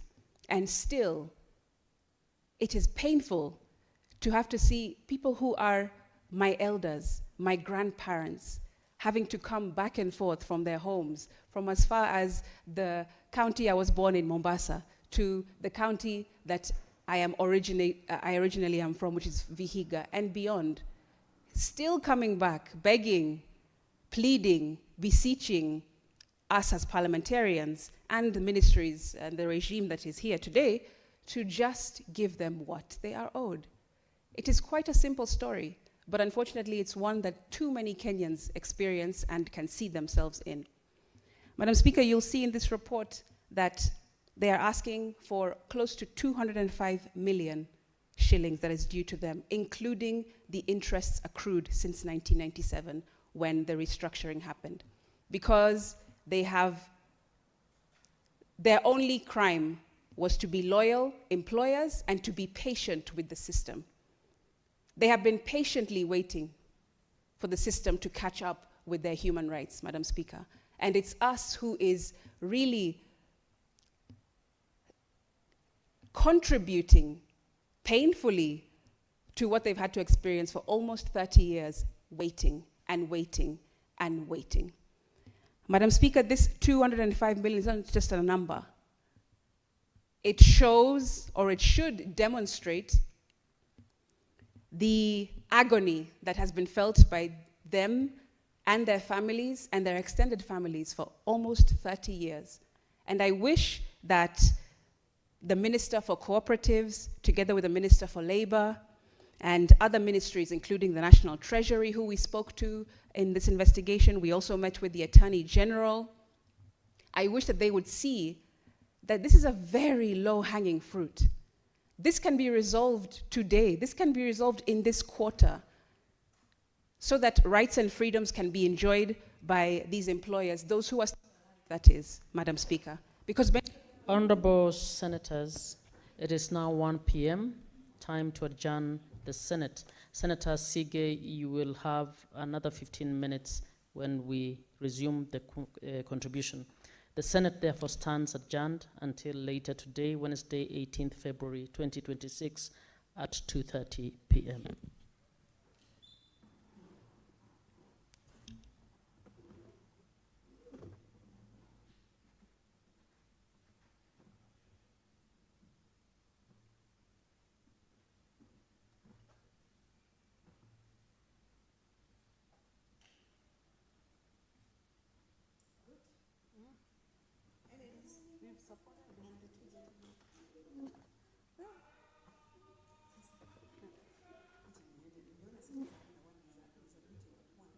No, you can do even at 3 or 4 or 5. Yeah. Ama ukikaa tu uende tu when misa inaisha, you go for that and then you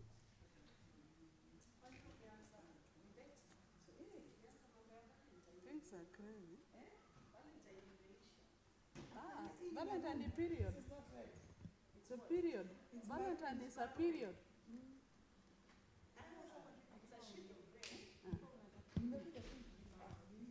And you know, I was spending more time because I wanted to drag to one.